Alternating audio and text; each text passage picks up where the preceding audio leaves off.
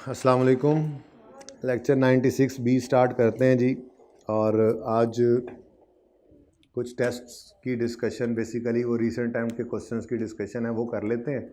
उसके बाद फिर टाइम को देखते हुए कुछ डिसाइड कर लेंगे। कुछ ऐसा करेंगे जो मंडे को इस्तेमाल नहीं होना वैसे बाय द वे, लेकिन बच्चे इंशाल्लाह, उम्मीद है ये जिन्होंने जैसे ही रिकॉर्डिंग ऑन की है, पहली बात यही कर रहा हूँ कि उम्मीद है ये संडे को लेक्चर को ले लेंगे। ठीक है। अच्छा, आपके लास्ट टेस्ट के अंदर सवाल था, नाम मैंने उसका बदल दिया था बस, बाकी वो सवाल रीसेंट अटैम्प्ट का था, कैश फ्लो का। कैसा रहा ये सवाल?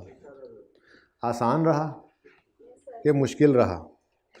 देख लेते हैं इसको। 15 नंबर का ये सवाल था। सरप्राइज़ ये इसलिए होता है, थोड़ा टेस्ट पुराना हो गया, माजरत। असल में बस टॉपिक्स कुछ ऐसी नहज पे चल रहे थे। कैश फ्लो ने गुस्सा किया हुआ था, अभी वो गुस्सा ख़त्म नहीं हुआ था कि एनपीओ की तरफ चल पड़े, तो कोई विंडो नहीं मिली जिसमें डिस्कस करते। तो इंशाल्लाह अभी हो जाता है ये discuss. Following is the statement of financial position of Quicken limited as at 30 June 22। Required है prepare QL's cash flow statement for the year ended 30 June 22। कौन सा मेथड लगाएंगे? सवाल खामोश है तो इनडायरेक्ट, ठीक है ना। तो ये आप वैसे अपने पास लिख लो, वैसे तो इस सवाल में लिखा हुआ नहीं होता, यूजिंग इनडायरेक्ट मेथड। ओके। अच्छा, उसके बाद जी, अब इनडायरेक्ट मेथड है तो आपको पता है जिन जिन के लेजर्स हैं जिन जिन के ओपनिंग क्लोजिंग है उनके लेजर बनाएंगे, फॉर्मेट पहले बनाएंगे। ये सारा काम हम फटाफट कर लेते हैं, ठीक है जी। तो कैश फ्लो दोबारा से शुरू हो गई है जी। सबसे पहला काम QL statement of cash flows for the year ended 30 June 2022। Next, operating activities में हम स्टार्ट किया करते थे प्रॉफिट बिफोर टैक्स से। Adjustments for non cash items आ जाती हैं। आप भी जल्दी जल्दी फॉर्मेट बना रहे हैं, मुझे पता है। आपने भी ये टारगेट रखा हुआ है कि 1.5 मिनट में अब ये बन जाता होता है, ठीक है। फिर adjustments for working capital items, और उसके बाद 3 चीज़ें लेस कर देते थे। Less interest paid, tax paid और डिविडेंड पेड।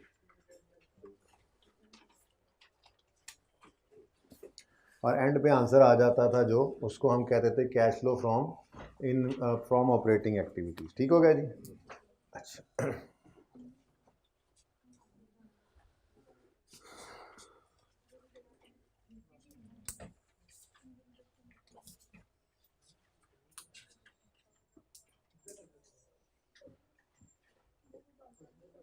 चुप कर जाए, बस कर दें बातों की। उसके बाद जी इन्वेस्टिंग एक्टिविटीज़ हैं। मैंने कहा कैश फ्लो को गुजरे कुछ दिन हो गए हैं, टर्म टेस्ट में भी आ रहा है। सिर्फ डिस्कशन एडजस्टमेंट्स की भी हो सकती थी, लेकिन चलो पूरा सवाल कर लेते हैं। पूरा सवाल करने से कैश फ्लो का टॉपिक ज़रा रिवाइज भी हो जाएगा, ये सवाल भी डिस्कस हो जाएगा। इसमें 2-3 अहम बातें भी थी, ठीक है। इन्वेस्टिंग एक्टिविटीज़ 5-7 लाइनें छोड़ दो इसके लिए। फिर फाइनेंसिंग एक्टिविटीज़, और बैठ भी चुको। उसके बाद अच्छा, इन सब के कैश फ्लोज आ रहे होते हैं, हम उनको टोटल करते चले जाते हैं, नेट उनका निकालते जाते हैं, ठीक है जी। और उसके बाद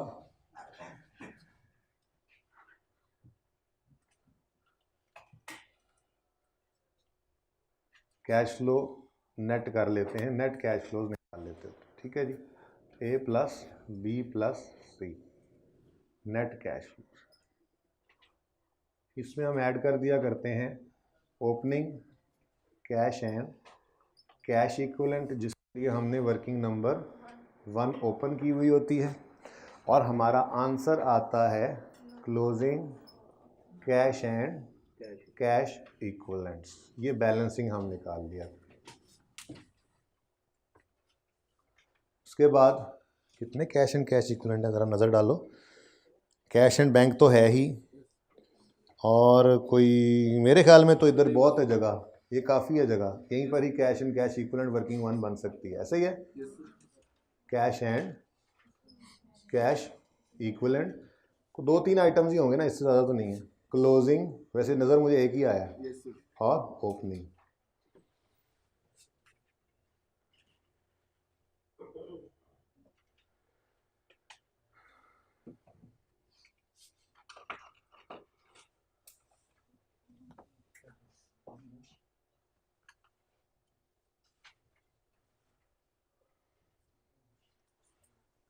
ओके नेक्स्ट जी, अब वर्किंग 1 भी बन गई। अब सवाल की तरफ जाएंगे और देख लेंगे कि जो जो ओपनिंग क्लोजिंग अवेलेबल हुए उनके लेजर्स, जो जो ओपनिंग या क्लोजिंग गिवन है। सवाल की तरफ तो बाद में आएंगे, ठीक है। चल जी, सबसे पहले क्या नज़र आया हमें आज? Share capital. तो नंबर 2 शेयर कैपिटल का लेजर बन गया। फिगर्स कोई नहीं, छोटी हैं फिगर, अच्छी बात है।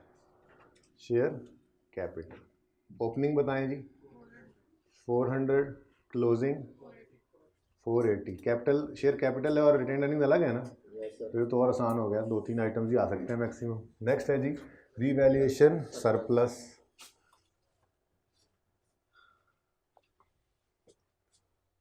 रीवैल्यूएशन सरप्लस जी, इसका ओपनिंग 0 है, क्लोजिंग यानी कि इस साल ही कोई सरप्लस अरोज हुआ है।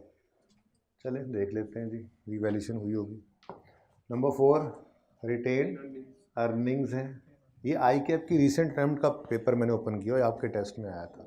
अब इसके रिज़ल्ट को देखते हुए आप अपना रिज़ल्ट जज कर लीजिएगा कि ये टॉपिक कहाँ पे आपको, माना कि उस वक्त ज़रा शायद चलन चलाव में था, लेकिन मेरे ख्याल में पास होना चाहिए इसमें सब बच्चों को जी। रिटेन्ड अर्निंग्स ओपनिंग 325, क्लोजिंग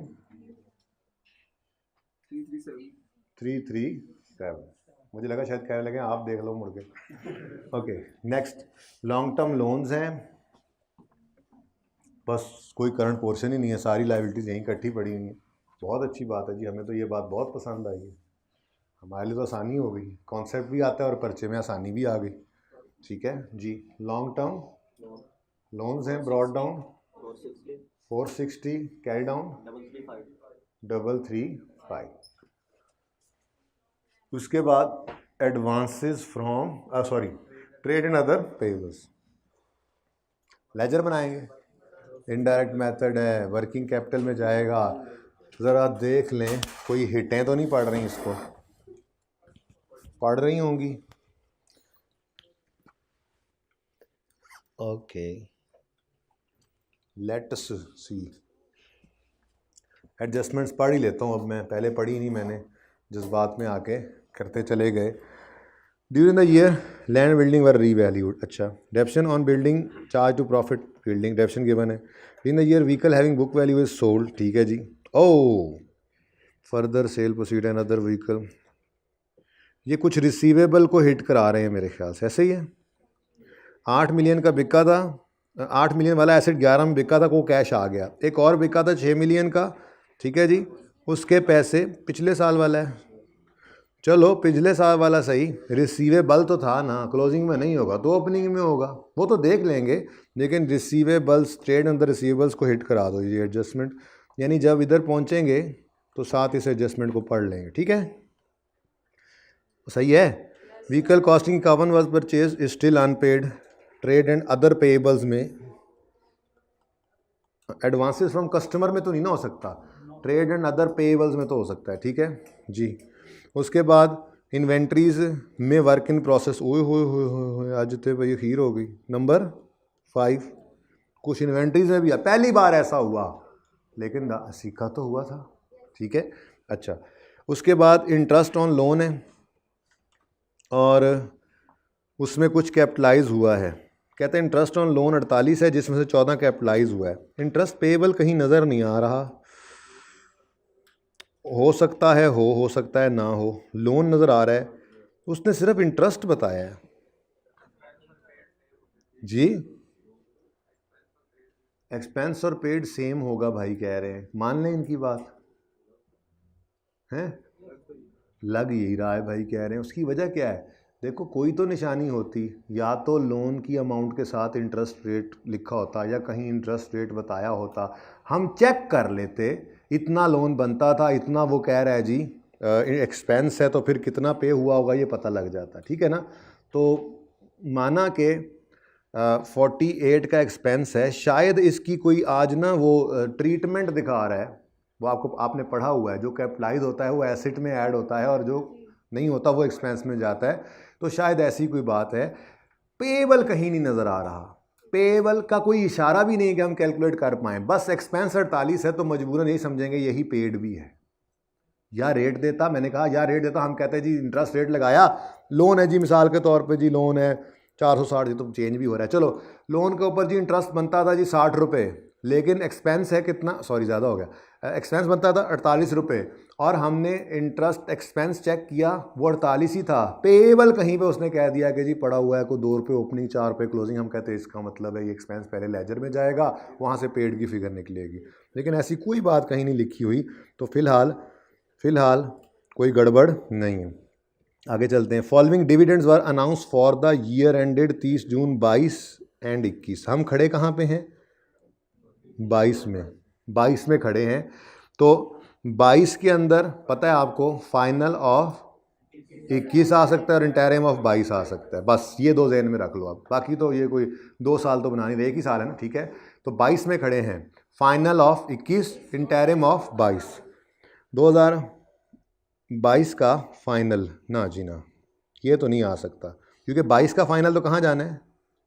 23 में, ये तो गया, ठीक है। 20% इंटरिम बोनस, ओ एक मिनट सॉरी, ये सारा इकट्ठा ही दिया हुआ था, इधर देखो 22 का इंटरिम, वो यूँ लिख लिया करते थे, बड़ी आसानी होती थी। 2022 में खड़े हैं, हम कहते थे जी इसमें फाइनल ऑफ 21 आएगा और इंटरिम ऑफ 22 आएगा, ठीक है, नंबर 1 और नंबर 2 ऐसे करते थे ना। तो ये 20% इंटरिम बोनस है 2022 का, 22 का इंटरिम तो आना है, 15% फाइनल है, ये नहीं आएगा, 22 का फाइनल तो 23 में जाना था। आगे कहता है 5% इंटरिम 21 का, वो तो हमारे पास जगह ही नहीं है, क्या ख्याल है? 21 का इंटरिम तो 21 में आता है, हम 22 में खड़े हैं, वैसे ही है। और फाइनल डिविडेंड ऑफ 21 ये हमारे साल में आना है, तो ये नंबर 1, तो ये दोनों डिविडेंड आने थे, बाकी दोनों नहीं लेने थे, ठीक है जी। चले तो चलाते हैं जी काम। अब ट्रेड अंदर पेबल्स फिलहाल डायरेक्ट नहीं जा सकते, जब एडजस्टमेंट में आएंगे तो फिर यहाँ पे एडजस्टमेंट भी पढ़ लेंगे, बहरहाल डायरेक्ट नहीं जा सकते, ठीक है। उसके लिए तो अब मजबूरी है, फिलहाल थोड़ा वेट करना पड़ेगा। नंबर 6 एडजस्टमेंट में हमने लिखा ट्रेड एंड, माना कि इसमें इंटरेस्ट पेएबल नहीं छुपा हुआ, लेकिन एक व्हीकल का पेएबल तो छुपा हुआ है ना, तो उसको भी तो निकालना है, ये भी हमने सीखा हुआ था। वो क्वालिटी एंटरप्राइजेज कहाँ याद करोगे इसको, हर जगह आपकी हेल्प कर रहा है, हर सवाल में हेल्प कर रहा है, और मैंने दूसरे दिन ही करा दिया था, ताकि जेड़ा औखा सौखा होना है स्टार्ट चाहिए हो लो, हर रोज़ फिर उसको देखो, चीज़ को हर सवाल में देखो, ठीक है। तो कुछ एडजस्टमेंट ऐसी होती है जो रिकरिंग नेचर की होती है, हर सवाल में आ रही होती है, ठीक है जी। तो यहाँ पे हमने लिखना है जी, क्योंकि बैलेंस शीट से तो डाटा उठाना ही है ना हमने, ठीक है। तो as per question trade other pebbles कितने थे जी? 142 और 160 और 160, ठीक है जी। इनको पाक साफ कर लेंगे और उसके बाद यहीं पर ही मैं करीब में ही एक लेजर बना देता हूं, जो क्योंकि पेएबल में आना है, तो मैं ज़रा प्लानिंग कर रहा हूं, आपको कोई ज़रूरत नहीं है इस तरह से करने की, बस चलाई रखें, जैसे लेजर बनते जाए, मैं ज़रा सामने नज़र आ जाए इसलिए इस तरह से कर दिया करता हूँ, ठीक है।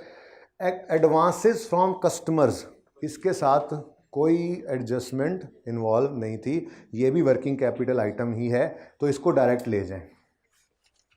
एडवांस फ्रॉम कस्टमर होता है हम पर लायबिलिटी, हमने एडवांस लिया है और हमने इसके अगेंस्ट फ्यूचर में गुड्स डिलीवर करनी है, ठीक है। अच्छा, तो advance from customer is a liability. देखते हैं अब क्या हो रहा है इसके साथ, ओपनिंग से क्लोजिंग की तरफ आते हुए ये बढ़ रहा है, लायबिलिटी बढ़े तो क्रेडिट, दूसरा इंपैक्ट कैश पे होगा, कैश डेबिट कितने से 34 ओ सॉरी, ठीक हो गया जी। चलो, liability side is over. Asset side. Land and building अलग है, व्हीकल्स अलग हैं। अब क्या कर सकते हैं, हम भी अलग ही बना लेते हैं, ठीक है। तो नंबर 8 लैंड एंड बिल्डिंग्स, लेकिन है क्या चीज़, कॉस्ट या बुक वैल्यू? सवाल ने तो नहीं लिखा हुआ। एक्यूमुलेशन फेस पे नज़र नहीं आ रही। और प्रोफेशनल बैलेंस शीट्स ऐसी ही होती हैं, ठीक है, उनके अंदर नोट बनता है पीपीई का, जो आपने बनाना सीखा भी हुआ, ठीक है। आप क्लास में आए थे तो बोर्ड साफ था?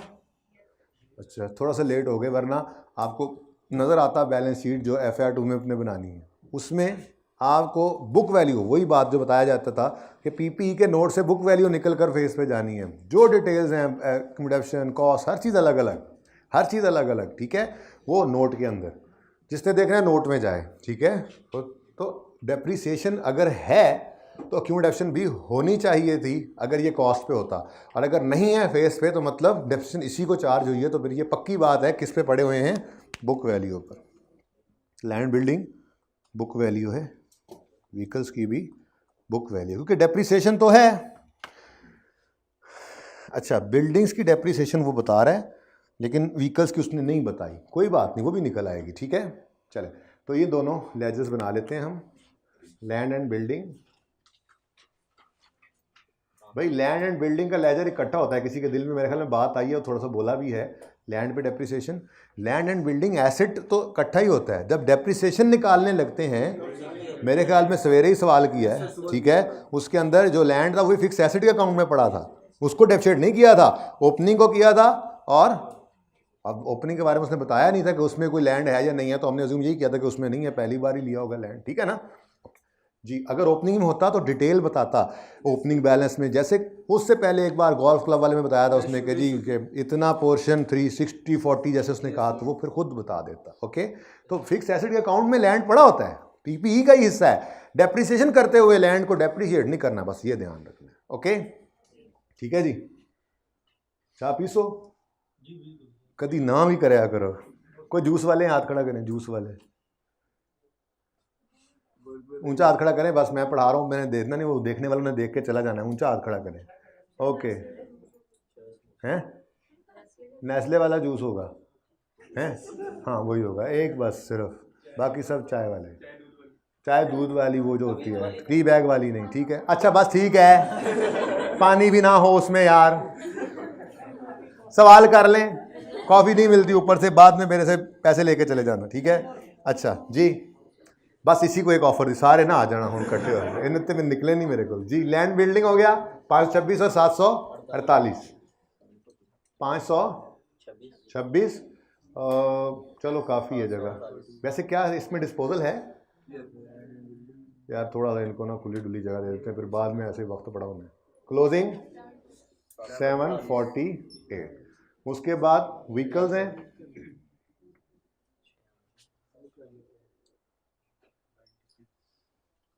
Opening 96, closing 118।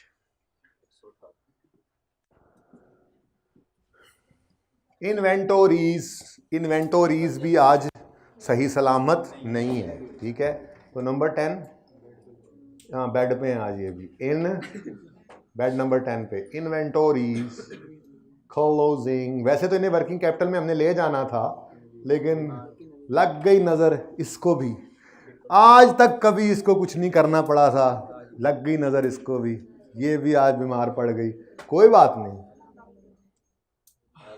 हाँ एज पर डॉक्टर, मर्ज क्या है, फिर उसका इलाज माइनस कर देंगे ना, तो इलाज बगैर जी 444 और 365। अगर मेरा नाम डॉक्टर रखा, तुम लोग डिस्पेंसर हो फिर सारे। Next, trade under payable receivables, इनको भी एक एडजस्टमेंट हिट कर रही है। इनको कहाँ ले जाऊँ आपको, उधर बोर्ड भी कोई नहीं है, चलो वो भी उन्होंने ला छड़िया से नीचे, इसलिए नहीं बना रहा। इन्वेंट्रीज में तो गालिबन उसने वर्क इन प्रोसेस, हाँ उसका भी तो लेजर बनाना ही है, तो चलो अच्छी बात है। मैं कहता हूँ इन्वेंट्रीज को भी वहाँ से उठा लेते हैं, इन्वेंट्रीज को भी वहाँ से चक लेते हैं। वर्किंग नंबर कौन सी है, 10, वर्किंग नंबर 10, इन्वेंट्रीज ज़रा पिक्चर पूरी आ जाएगी ना सामने, इसके साथ जो एडजस्टमेंट के बाद लेजर बनना है वो भी करीब आ जाएगा। फिर मैं ऐसे कर दूंगा, फिर पिक्चर ले लेना, ठीक है जी। इन्वेंट्रीज क्लोजिंग और ओपनिंग जी, एज पर क्वेश्चन 444 आपने लिखवाया था अभी, और 365। उसके बाद जो गड़बड़ेशन होगी वो यहाँ पर उसका लेजर बना लेंगे। उसके बाद नंबर 12 है, ये है ट्रेड एंड अदर रिसीवेबल्स।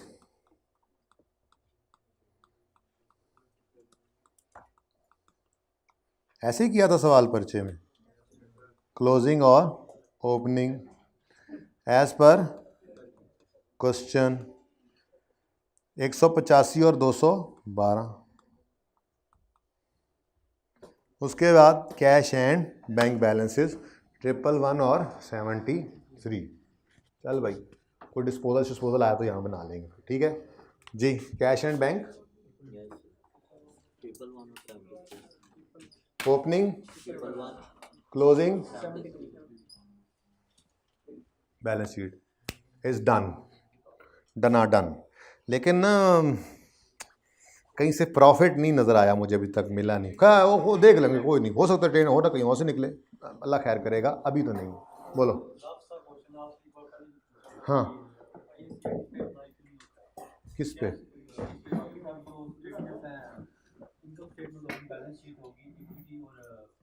अभी तक तो इररिलेवेंट है ये बात, चलने दें, सवाल पूरा कर लें, ठीक है यार। देखो ये फॉर द ईयर फिगर है, इसके अंदर जब प्रॉफिट सही हुआ तो सही प्रॉफिट को ही यूज़ कर लोगे, उसका इम्पैक्ट खुद ब खुद निकल जाता है, ठीक है। बाकी मज़ीद बात इस पर कर लेंगे। आपको रेक्टिफिकेशन का रेक्टिफिकेशन का तरीका मैंने बता दिया था। फाइनेंशियल स्टेटमेंट्स जो बनती हैं ना, उन्हीं से ये कैश फ्लो बनती है। तो जैसी फाइनेंशियल स्टेटमेंट बनेगी वैसी कैश फ्लो बन जाएगी, तो वो रीस्टेटमेंट भी आ जाएगी। लेकिन आपने आई सेट अप्लाई नहीं करना है इसके ऊपर, फिलहाल बिल्कुल छोड़ दें। तरीका मैं आपको बता दूँ, वजह मैं आपको बता दूँगा, ठीक है। अच्छा जी, अब 1 बाय 1 एडजस्टमेंट्स को पढ़ना शुरू करें मेरे ख्याल से। During the year land and building were revalued for the first time, resulting in a surplus of 150 and incremental depreciation of 15। धोखा ना खा जाते कहीं हम 135 से। हम ये समझ रहे थे, ये एडजस्टमेंट पढ़ने से पहले क्या समझ रहे थे? देखो आसान बातें हैं, क्योंकि आपने चीज़ें पढ़ रखी हैं, तो फिर क्या मसला है, ठीक है। धोखा क्या हो सकता था? हम समझ रहे थे जब तक ये एडजस्टमेंट नहीं पड़ी थी कि इस साल रिवैल्यूएशन हुई है, 135 का सरप्लस आया है। सवाल ने कहा सबर और को सरप्लस 150 का आया है, और साल के एंड पे इंक्रीमेंटल डेप्शन की ट्रांसफ़र 15 हुई है, इस वजह से बकाया सरप्लस क्लोजिंग जो है वो 135 है। तो ये दोनों को भी पोस्ट करते हैं। पहले तो 150 का सरप्लस आया, उसकी एंट्री कराओ। किस पे आया सरप्लस? लैंड एंड बिल्डिंग पे सरप्लस आया। कितना आया है? 150 का। तो ये 150 से एसेट डेबिट और रीवैल्यूएशन सरप्लस क्रेडिट। यहाँ पे आपने लिख दिया जी लैंड एंड बिल्डिंग, और यहाँ पे आपने लिख दिया रीवैल्यूएशन सरप्लस। ठीक हो गया? समझ आइए बात? 150 surplus of 150 and resulting in a surplus of 150, surplus आया, ठीक है। And incremental depreciation of ₹15। अब अज्यूम यही करेंगे, साल के पहले दिन रीवैल्यू हुआ होगा, साल के एंड पे फिर कुछ डेप्रिसिएशन आई होगी जिसमें कुछ इंक्रीमेंटल भी होगी, तो वो ट्रांसफ़र कर दिया। अब कोई सोचने वाला ये सोचेगा लैंड की तो रीवैल्यू सरप्लस ट्रांसफ़र ही नहीं होता था, लैंड पोर्शन किया भी नहीं होगा। खुद से नहीं खुद को मुसीबत में डाल लेना, सिर्फ बिल्डिंग की डेप्शन निकली होगी और बिल्डिंग की डेप्रिसिएशन के हिसाब से ही उसका इंक्रीमेंटल, तो उन्होंने हो सकता है अलग अलग रखा हो कैलकुलेशन करते हो। हमें इससे क्या, हमें तो आम मिल रहे हैं, पुटलियाँ क्यों गिने, ठीक है। चलो जी, तो रीवैल्यूएशन सरप्लस से रिटेन्ड अर्निंग में ट्रांसफ़र हुआ करती है इंक्रीमेंटल डेप्रिसिएशन, उसकी एंट्री होती है revaluation surplus debit retained earnings credit. ये है जी transfer of incremental depreciation to. वो शुरू में जब रीवैल्यूएशन शुरू की थी 10वें 12वें लेक्चर में, तो ये एंट्री सीखी थी, तब लेजर बनाते थे, तो ये एंट्री यहाँ पे रीवैल्यूएशन सरप्लस में ऐसे नज़र भी आती थी। वही काम है। अब देखो आज इतने आगे बढ़ गए हो आप कि आपको पता ही नहीं चलता कि कुछ हो रहा है, ठीक है ना। तजुर्बा, आदत पड़ गई, बैक ऑफ द माइंड ये बैठ चुकी हैं चीज़ें अब। जो पढ़ा हुआ है सब आता है आपको। ये जो फजूल बातें आजकल बच्चे इन दिनों में ना इस किस्म के बच्चे आ रहे होते हैं, सर कुछ नहीं आता सर, जो IPP है तो सर IS-20 होता क्या था, इन्वेस्टमेंट प्रॉपर्टी कौन सा स्टैंडर्ड था, साथ वाले से पूछ रहे थे, बोरिंग कॉस्ट अल्लाह माफ़ करे वो तो नहीं है। ऐसा कुछ भी नहीं है, आपको सब आता है भाई, ये नेचुरल है। 3-3.5 महीने पढ़ी हुई चीज़ अब नहीं याद। जस्ट ज़रूरत इस चीज़ की है कि आप अभी वाले तो साथ साथ पढ़ रहे हो ना, जब आप रिवीजन के लिए बैठोगे, आप जिस तरह से टॉपिक पढ़े तो उसी तरह से रिवीजन शुरू करोगे। जैसे ही करोगे वो टॉपिक आपका एकदम से तैयार हो जाएगा। फिर आप मॉक के लिए तैयार कर रहे हो, फिर उसके बाद एक बार पेपर के दोबारा रिवीजन करोगे तो पर्चे में बैठते हुए सब चीज़ें आपकी करंट नॉलेज में होंगी इंशाल्लाह। तो ये फजूल की चीज़ें सोचकर खुद को परेशान नहीं करना, ये खाम का कॉन्फिडेंस लूज़ करने वाली बातें हैं। सब कुछ आपको आता है। पास पेपर नीचे तो हम चले ही नहीं थे, प्रैक्टिस क्वेश्चन करते कोई एक शादो नादिर सवाल ही किए हैं। पास पेपर वो भी रीसेंट अटेम्प्ट का अक्सर मैं आपको टेस्ट में दे देता था, आप खुद ही करके पास हो रहे थे। तो वही टॉपिक्स हैं, कुछ नहीं हुआ, सिर्फ रिवीजन की ज़रूरत है। ओके, सही है, हो जाएगा इंशाल्लाह। अच्छा जी सुनो, ये बैलेंस हो गया, वैसे बता रहा हूँ, उसमें कोई बैलेंस की फिगर नहीं निकलनी। चलो जी आगे चलते हैं। Point 1 is over, point 1 is over. ये सिर्फ डिस्कशन भी ज़बानी हो सकती थी, लेकिन मैं सिर्फ ये सवाल इसलिए करा रहा हूँ कि ये मेरी अब कैश फ्लो की रिवीजन है। इसके बाद हो सकता है मैं कैश फ्लो के MCQs की बात शुरू कर दूँ टाइम बच के एंड पे, तो ठीक है ना। Number 2, depreciation on building charge to profit और लॉस अमाउंटेड टू 70। 1 मिनट, आगे भी कोई बात थी यार, बिल्डिंग कोई कंस्ट्रक्ट हुई है ड्यूरिंग द ईयर। ओए होए होए होए होए। इंटरेस्ट ऑन लोन टोटल कितना है 48, एक ये बात कर रहा है। अच्छा ये डेप्रिसिएशन है, शुक्र है, मैं डर गया, ऐसे ही ज़रा बताया आपको, मैं डर गया कि कहीं interest charge to profit and loss given है और नीचे कोई बता रहा है कि इतना कैपिटलाइज हुआ है, लेकिन ऐसा कुछ नहीं था, वो डेप्रिसिएशन थी। बिल्डिंग की डेप्रिसिएशन तो अलग थलग है बोरिंग कॉस्ट से। बोरिंग कॉस्ट अप्लाई होता था, एसेट अगर अंडर कंस्ट्रक्शन है उसमें ऐड हो जाता था, जब एसेट कंप्लीट हो जाता था उसकी डेप्रिसिएशन कैलकुलेट होती थी जैसे नॉर्मल होती है। तो डेप्रिसिएशन और इंटरेस्ट और जो बोरिंग कॉस्ट वाला है इसका आपस में कोई ऐसे ताल्लुक नहीं था।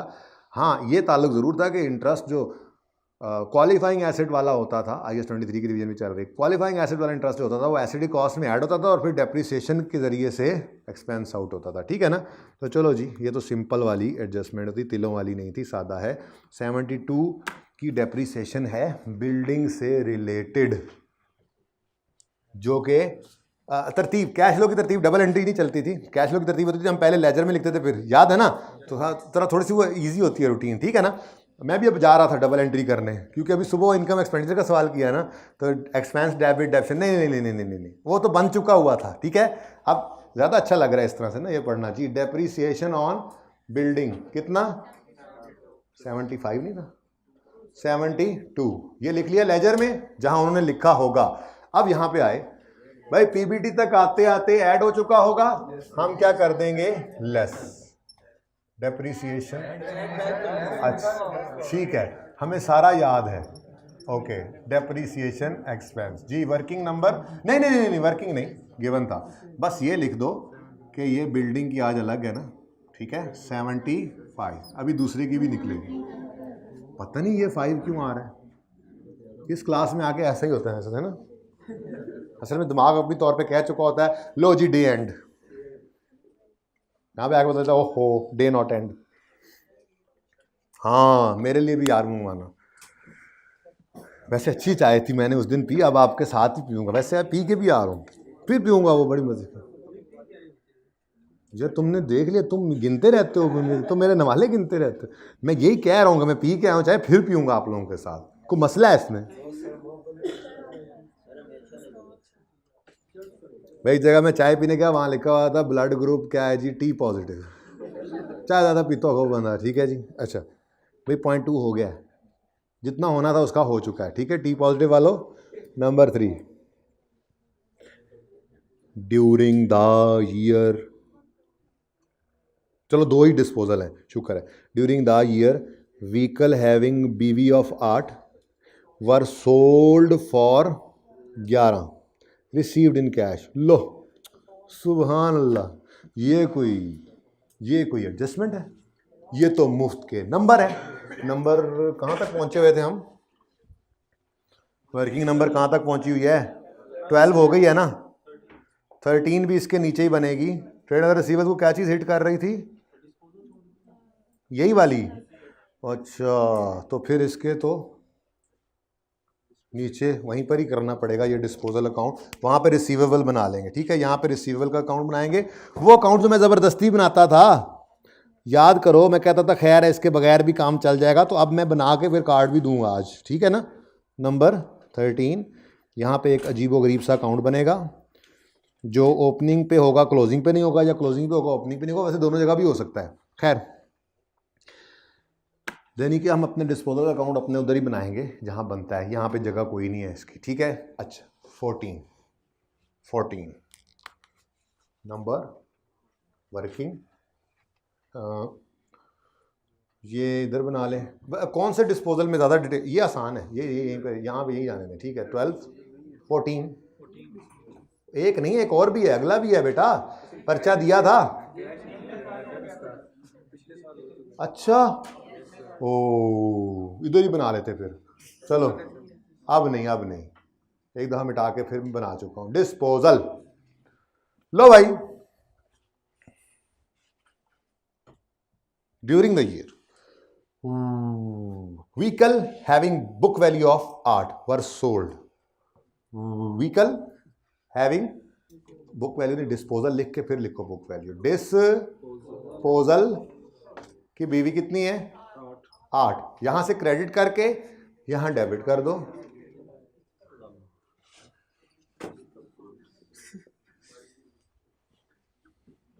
क्या हुआ?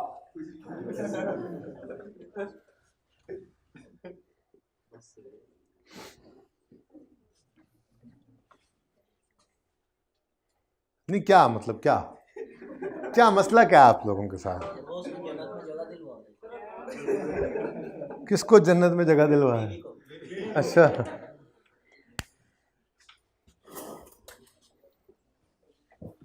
तुमने भी कल को ये कहना है यार तू उत्थे भी होएंगी।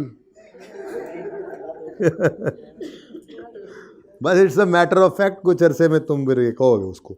अच्छा, हाँ, during the year vehicle having book value of 8 were sold for 11, और वो रिसीव हो गया है इन कैश। तो कैश आ गया है 11 का, और गेन आया 3 का। बोलो, और ये लेजर खत्म। अब हमें ये दोनों चीज़ें चाहिए थी, गेन भी और कैश भी। गेन यहाँ पे आते आते लेस हो चुका है, ऐड करेंगे। ओके, गेन ऑन डिस्पोजल, लेकिन ये आज हमने वर्किंग में निकाला है बच्चों। 14 में 3 है, 3। ठीक है। और इन्वेस्टिंग एक्टिविटी में सेल प्रोसीड्स, अच्छा चलो एक ही बात होती है, sale proceeds on disposal, cash received on disposal, एक ही बात है, वर्किंग नहीं है। सवाल में गिवन था 11 पॉजिटिव। ठीक है। हाँ, ऊपर नहीं लिखा मैंने रुपीज इन मिलियन, लिखो। तुमने पर्चा पास करना है अभी, कहता मैंने भी नहीं लिखा। तुम्हें देख के तो मुझे याद आया, मैं कहने लगा था यार तुमने नहीं लिखा, फिर मैंने कहा पहले अपने गरेबान में तो झांक लो मैर जी। शाम वाली क्लास है ना, रिलैक्स मोड, सवाल पूरा नहीं करना, extra class, revision class, test, कुछ भी कह लें इसको, इसमें प्रेशर नहीं होता। सुबह वाली क्लास में तो सबसे बड़ा प्रेशर तो नान साहब को होता है, सवाल पूरा ना आया उन्होंने एंज मुंह खोल के सर उन्हें ऐसे करना है। आज आ गए थे दूसरी क्लास में, दूसरी क्लास वाले कौन कौन बैठे हैं? बहुत कम होंगे। देखो सुबह वाले जरा हाथ खड़ा करें, सुबहान अल्लाह। सुबह वाले ये मेरे ताबेदार फरमाबरदार बच्चे, अल्लाह इनको पास करे, दूसरों को भी करे। बददुआ नहीं दे सकता उस्ताद किसी को, ऐसे माँ बाप को भी ना कहा करो। वो तो वड्डा भाई तो तुहानू चंगा ही बड़ा लगता है। अम्मा बेचारी कहती पुत्र गुड़ दी कोई जगह कौड़ी भी होंगी है। नहीं नहीं, बातें हैं माँ बाप की, ऐसा नहीं होता। अच्छा, further sale proceed of 6 million of another vehicle जिसकी बुक वैल्यू 7 थी, जो मई 2021 में है। हाँ तो 21 शुरू साल तो शुरू तो 21 में हुआ होगा, साल हमारा शुरू तो 21 में हुआ होगा। यकम जुलाई 21 से शुरू हुआ था, ये तो उससे भी पुरानी बात है। चलो, यानी कि ये डिस्पोजल पिछले साल का है, ठीक है। तो इसलिए इसका जो गेन या लॉस होगा, ठीक है, उससे मुझे कोई सरोकार नहीं है, वो पिछले साल में रिकॉर्ड हो गया होगा। ठहर जाओ, पैसों की मैं बात की है मैंने, गेन लॉस में लफ्ज़ क्या बोला है, गेन लॉस। तो गेन लॉस बुक वैल्यू को कंपेयर करके निकालना था ना, मैंने कहा इसको साइड पे कर दो, जिसकी मुझे कोई ज़रूरत नहीं है। मुझे इसके कैश से भी कोई सरोकार नहीं होता। अगर पिछले साल पैसे भी आ गए होते। मसला क्या हुआ, मसला कहता है वो कि बिका था ये 6 मिलियन का 21 में, लेकिन पैसे आए हमारे साल अगस्त 21 में, जुलाई के बाद, ठीक है। टाइम लाइन बनाने की तो मेरा ख्याल है कोई ज़रूरत नहीं है। यहाँ पे कहीं सेल हुआ था, यहाँ पे पैसे आ रहे हैं, ठीक है। तो ये हमारा साल है 2022, जो 30 यकम जुलाई से 30 जून वाला है, ठीक है ना। समझ आई है? किसी को समझ ना आई हो तो मैं डेट्स लिख देता हूँ, टाइम लाइन सबको आगे समझ ना समझ आया तो खुला टाइम है, 10 बार पूछो, 50 बार पूछो, बार बार ना पूछो प्लीज़। अब जी इसका मतलब ये है कि हमारे साल के शुरू में एक रिसीवेबल फॉर पीपीई ऐसे ही बनाते थे ना, यही लिखते थे ना। ये ओपनिंग में था 6 था कि नहीं था, 6 ओपनिंग में था ना। यकम जुलाई पे ये ओपनिंग में रिसीवेबल था, यकम जुलाई 21 पे रिसीवेबल था। मुझे लगता है कुछ शक्लें देखकर मुझे ये बना लेनी चाहिए टाइम लाइन, ठीक है। चुप कर जाओ। यकम जुलाई 21 से 30 जून 22 ये हमारा साल है। वो कहता है जी मई 21 में ये एसेट बिका था, तो यहाँ पर ये सोल्ड हुआ था, तो हमारे साल का डिस्पोजल तो नहीं है, हमें इससे कोई सरोकार ना होता अगर इसके पैसे भी आ गए होते। लेकिन वो कहता है कि 6 मिलियन की सेल प्रोसीड्स वाला एक एसेट बिकने के पैसे 6 मिलियन आने थे, यानी इतने का बिका था, लेकिन जो सेल प्रोसीड्स थी वो रिसीव हुई हैं अगस्त में, यानी कि यहाँ कहीं पर आकर, ठीक है, कैश रिसीव हुआ है। अब मसला ये है कि इधर सेल तो हो गया था, तो हमारे साल के पहले दिन ये रिसीवेबल बुक किया होगा उन्होंने कि नहीं किया होगा, ये इतनी सी बात मैं कह रहा था, ठीक है ना। तो ये 6 मिलियन यकम जुलाई पर रिसीवेबल था, यकम जुलाई 21 पर ब्रॉड डाउन 6 है। हाँ डेबिट साइड पे पेबल नहीं है, सॉरी। यकम जुलाई, आप इतनी देर से यही सोच रहे थे, आई एम सॉरी। यकम जुलाई 21 पर बीडी, तो बीडी सोच रहे थे, बीवी सोच रहे थे जी, 6। अब साल के दौरान ही ये पैसे रिसीव हो गए। जब पैसे रिसीव हुए तो उसकी एंट्री हुई कैश डेबिट रिसीवेबल क्रेडिट। अब ये कैश का डेबिट होना, हम कभी भी कैश फ्लो में नहीं दिखाते, क्योंकि कैश का डेबिट होना कैश के लेजर में होता है, और कैश के क्लोजिंग में इसका असर आया पड़ा होता है, डेबिट का भी क्रेडिट का भी। कैश बढ़ा या कैश कम हुआ दौरान साल, उसका असर क्लोजिंग में तो पड़ जाता है ना, इसलिए डबल एंट्री नहीं दिखाते, क्योंकि कैश हमने क्लोजिंग लिया होता है, ठीक है ना। तो कैश डेबिट रिसीवेबल क्रेडिट, तो 30 जून पे हमारे साल के आखिरी दिन 30 जून 22 पर कितना कैरी डाउन है जी, कोई कैरी डाउन नहीं बचा, ठीक है। अब लेकिन ओपनिंग में तो रिसीवेबल था कि नहीं था, यानी पिछले साल की जो बैलेंस शीट गिवन है 2021 वाली, उसमें रिसीवेबल होना चाहिए था, नज़र नहीं आ रहा, तो फिर नॉर्मल बात यही है, इन्वेंट्रीज में पड़ा होगा।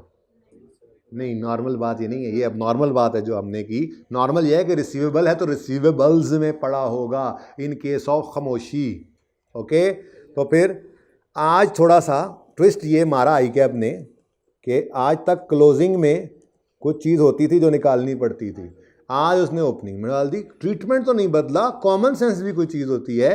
तो ओपनिंग में 6 था, नहीं होना चाहिए था, यहाँ से निकालो, लेजर बनाओ। मैंने पहले ही बना लेता हूँ, मैं इस तरह का लेजर पहले ही बना लेते हैं, ठीक है ना। उसके बाद क्लोजिंग में कुछ भी नहीं बचा हुआ, ठीक है। तो ये क्या कर दिया हमने, लेस कर दिया रिसीवेबल फॉर पीपीई, ओके, तो यहाँ पे पाक साफ इलाज शुदा कितना आ गया जी, रिसीवेबल 179 और क्लोजिंग रिसीवेबल 200। अब इनको पकड़ो और पकड़ के ले आओ। हाँ भाई, ओपनिंग से क्लोजिंग की तरफ, ये एसेट है, ठीक है। ओपनिंग से क्लोजिंग की तरफ आते हुए एसेट है, कम हो रहा है, तो नाम क्या है इसका? ट्रेड नहीं, trade and other receivables. Trade receivables का मतलब होता है डेटर्स। परेशान कर दिया आपने मुझे, फिर तो मुझे सोचना पड़ना था डेटर्स में कहाँ से आ गया। ट्रेड भी रिसीवेबल्स भी इसी में, अदर रिसीवेबल्स भी इसी में है, ठीक है। तो ट्रेड एंड अदर रिसीवेबल्स। अब एक मिनट, क्लोजिंग से ओपनिंग की तरफ आते हुए बढ़ा है, ठीक है। लेकिन ये किसी सवाल में क्या मतलब, किसी वर्किंग में किया हमने, वर्किंग में किया है, वर्किंग 12 के अंदर हमने ये काम किया हुआ है। तो वर्किंग 12, अब बताओ क्या हो रहा है जी, क्या हुआ? कम हुआ, बढ़ा? एसेट बढ़े तो दूसरा इंपैक्ट कैश में कितने से? 33, ठीक है, डन। किसी को समझ नहीं आया तो पूछ ले। ये भी बताया था आपको कि ये एडवांस देना, कस्टमर्स से एडवांस लेना, सप्लायर को एडवांस देना, उधार पे चीज़ें बेचना, उधार पे चीज़ें लेना, ये बिजली के बिल पेएबल होना, ये रेंट प्रीपेड होना, ये सब हमारी नॉर्मल ऑपरेशंस का पार्ट, ये चीज़ें होती हैं। फिक्स एसेट ये कभी कभार होने वाला काम है। अगर ये खुदा ना खास्ता आ जाए तो इसको कभी भी वर्किंग कैपिटल आइटम में नहीं जाने देते। पड़ा हो तो निकाल लेते हैं, चाहे इंटरेस्ट है, चाहे टैक्स है, ठीक है, चाहे डिविडेंड है छुपा पड़ा है, चाहे इस तरह से फिक्स एसेट का रिसीवेबल है या पेएबल है, इनको नहीं वर्किंग कैपिटल आइटम में जाने देते, यही करते थे, ठीक है। तो अच्छी एडजस्टमेंट थी, आई लाइक्ड इट, अलाउड। चलें आगे। भाई यार, वैसे ये मैं ना अगली बार सोच रहा हूँ, अब इस बार तो नहीं हो सकता, मेरे ख्याल से अनाउंस हो गया, अगली बार ना FAR 1 की क्लास बंदा आखिरी रखे, बच्चे की उसके बाद कोई क्लास ना हो। ओए पढ़ी जाओ, टेंशन ही कोई नहीं है, गपशप भी लगा हुआ है। हाँ, रोज़ा भी होगा, नहीं अभी तो गुजर गया ना, अभी तो बुलेट फायर हो चुका है। अच्छा, पॉइंट नंबर 5 पढ़ो जी, 4 पढ़ो जी, 3 हो गया। व्हीकल 3.3 हो गया जी, को मसला तो नहीं है ना, चले आगे ना। 4 vehicle costing 51 million were purchased during the year of which 12 is still unpaid. Entry वैसे तो छोटी सी डायरेक्ट कर लोगे सवाल के अंदर, पर्चे के अंदर, तो इसकी एंट्री आप करोगे, व्हीकल है, व्हीकल डेबिट, कितने का व्हीकल है? 51 का।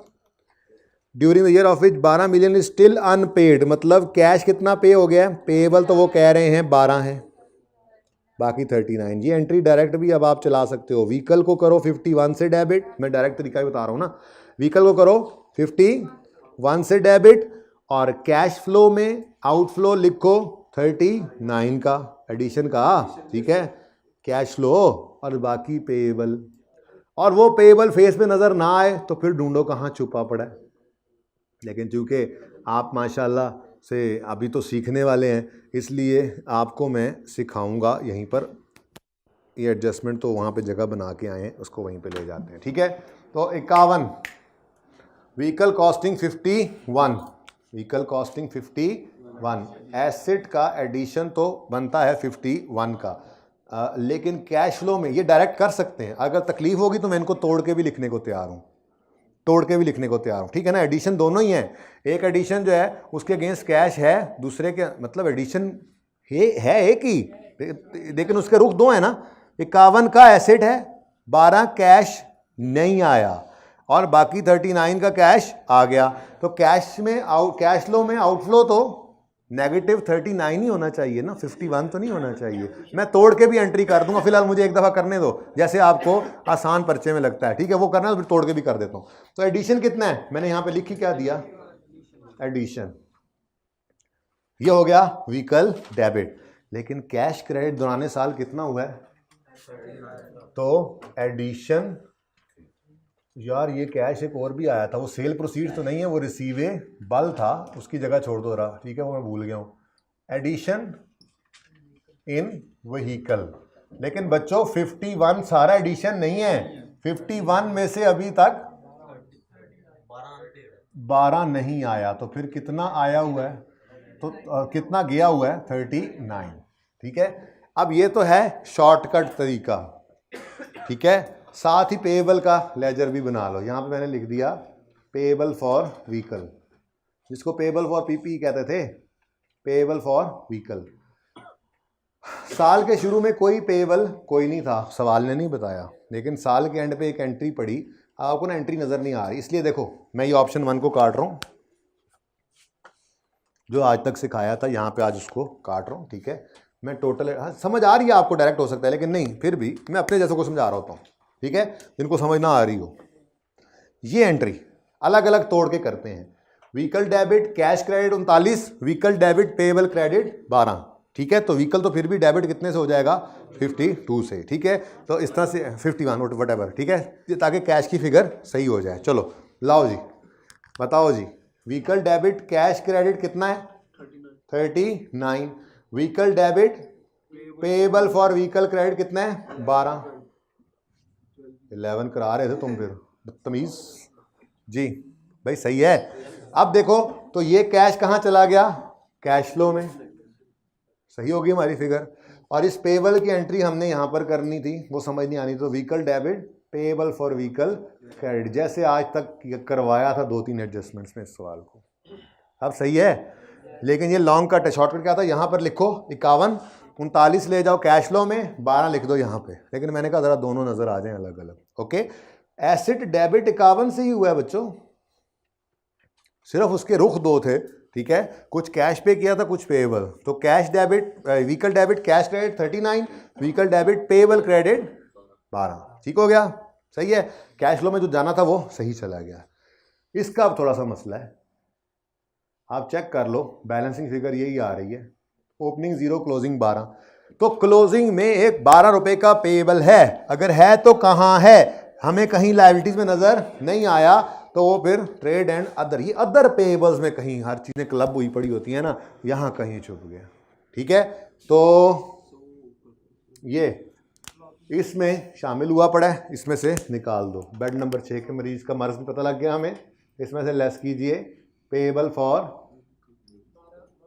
व्हीकल।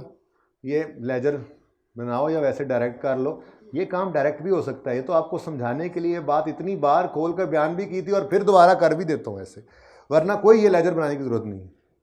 सिर्फ इसको लिख लो, इसको लिख के देखो ओपनिंग में कोई पेएबल नहीं था, क्लोजिंग में है, तो क्लोजिंग में से उस पेएबल को माइनस कर दो, वो यहाँ पे लिखना होता है। ठीक है, तो डायरेक्ट कर सको तो करो, workings are not required.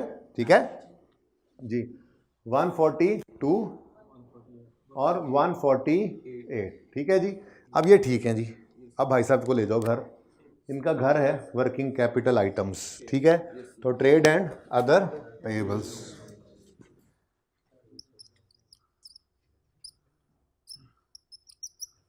Trade and other payables, working number 6 में से। अच्छा अब बताओ, बढ़ रहे हैं कम हो रहे हैं, लायबिलिटी बढ़ रही है, लायबिलिटी बढ़े तो दूसरा इंपैक्ट कैश को कर दो डेबिट 6 से। ठीक है बच्चों, चलो ये मैंने ये ऑप्शन भी लिख कर काट दिया, और वहाँ पर मैंने फिर उसको ब्रैकेट में लिखा था कि कैसे इसको मैनेज करना है, वो भी लिख के काट दूँ ना। वो अगर दूसरे काम वाला चल रहा था, वो जो स्ट्रेट चल रहा था भाई जिसने एडिशन लिख लिया था 52, वो ये करके भी यहाँ पे 39 लिख सकता था। ठीक है, लेकिन हमने ऐसा नहीं किया, हमने इसको ओपन कर दिया। कोई क्वेश्चन है तो पूछ लें जी। पता नहीं यार, अब आप लोगों की जो फरमाइश होती है ना वो बनती है और फिर आती है। ठीक है, रेडी हो तो फिर तो वो दूसरी होती है, तो कोई बात नहीं। 5 मिनट पहले ब्रेक खत्म होने से क्लास के भी आ जाए तो ठीक है, पढ़ो इंसान बन के। जो सोता है वो, हाँ वो लूजता है जी, लूज करता है, लूज करता है। ऐसे ऐसे ऐसे जैसे तुम्हें घर पे रोज ये बात करते हो, तुम वो फौरन कहा आए थे भी नहीं नहीं नहीं नहीं, मैं खोता थे बोला ही नहीं देना, मैंने ये नहीं कह नहीं देना कि खोता है, मैंने फौरन कहना है लूज करता है, लूज करता है। यहाँ पे भी अच्छा सर अदनान, वो तो तुम ये कहना चाह रहे हो FAR 2 में वहां पे भी खोता, यहां पे भी खोता? नहीं, यहां पे लूज करता। अभी बार बार की बात हो रही है, वो भी क्लास है, ये भी क्लास है। अच्छा जी, वापस आए नंबर 5। यार आप माइंड कर रहे हो, करो ना। अच्छा जी, यार जब आप लोगों की एक्स्ट्रा क्लास है, आप लोगों की मेहरबानी आ जाते हो। वैसे तो मैंने रिकॉर्डिंग के लिए ये क्लास रखी होती है, तो चलो ज़रा रौनक लग जाती है, मेरा भी टाइम अच्छा गुजर जाता है, वरना अकेले कैमरे को पढ़ाना तो मुश्किल है। ये क्लास का पार्ट नहीं है, टेस्ट डिस्कशन वगैरह इस तरह की चीज़ें ये एक्स्ट्रा टाइम में ही होती हैं। ये तो स्क्रीन रिकॉर्डिंग भी हो सकती है, लेकिन मैं कहता हूँ ज़रा अच्छे तरीके से बच्चे समझ, तो आप लोग आ जाते हैं तो ज़रा मेरा दिल भी लग जाता है और आसानी से पढ़ा लेता हूँ। और बच्चों को सामने बिठा के पढ़ाना इज़ समथिंग एल्स। कैमरा तो फिर हर चीज़ पे हाँ कर देता है, बच्चों की तो शक्ल देख के पता लगता है, ओ नहीं वो तो लंग गई। नंबर 5 पढ़ें आप। ये चाय की रिप्लेसमेंट में थोड़ी सी गपशप कर ली, अब इंसानों की तरह पढ़ो। जब तक चाय नहीं आती कोई बच्चा ये नहीं कहेगा नींद आ रही है, सो रहा हूँ, खो रहा हूँ। Number 5, inventories as at 30 June 22 include work in process inventories of 96, पिछले साल में 80 थी, which were not available for sale. होना भी नहीं चाहिए, ये बात ना भी लिखता तो हमें पता होनी चाहिए। वर्क इन प्रोसेस का मतलब क्या होता है? वर्क इन प्रोसेस का मतलब होता है बच्चों अंडर कंस्ट्रक्शन नहीं, ये और चीज़ है, ये अंडर मैन्युफैक्चरिंग है। मैन्युफैक्चरिंग अकाउंट तो PRC में पढ़ के आए हो यार, इंज ना करो। ये रॉ मटेरियल है,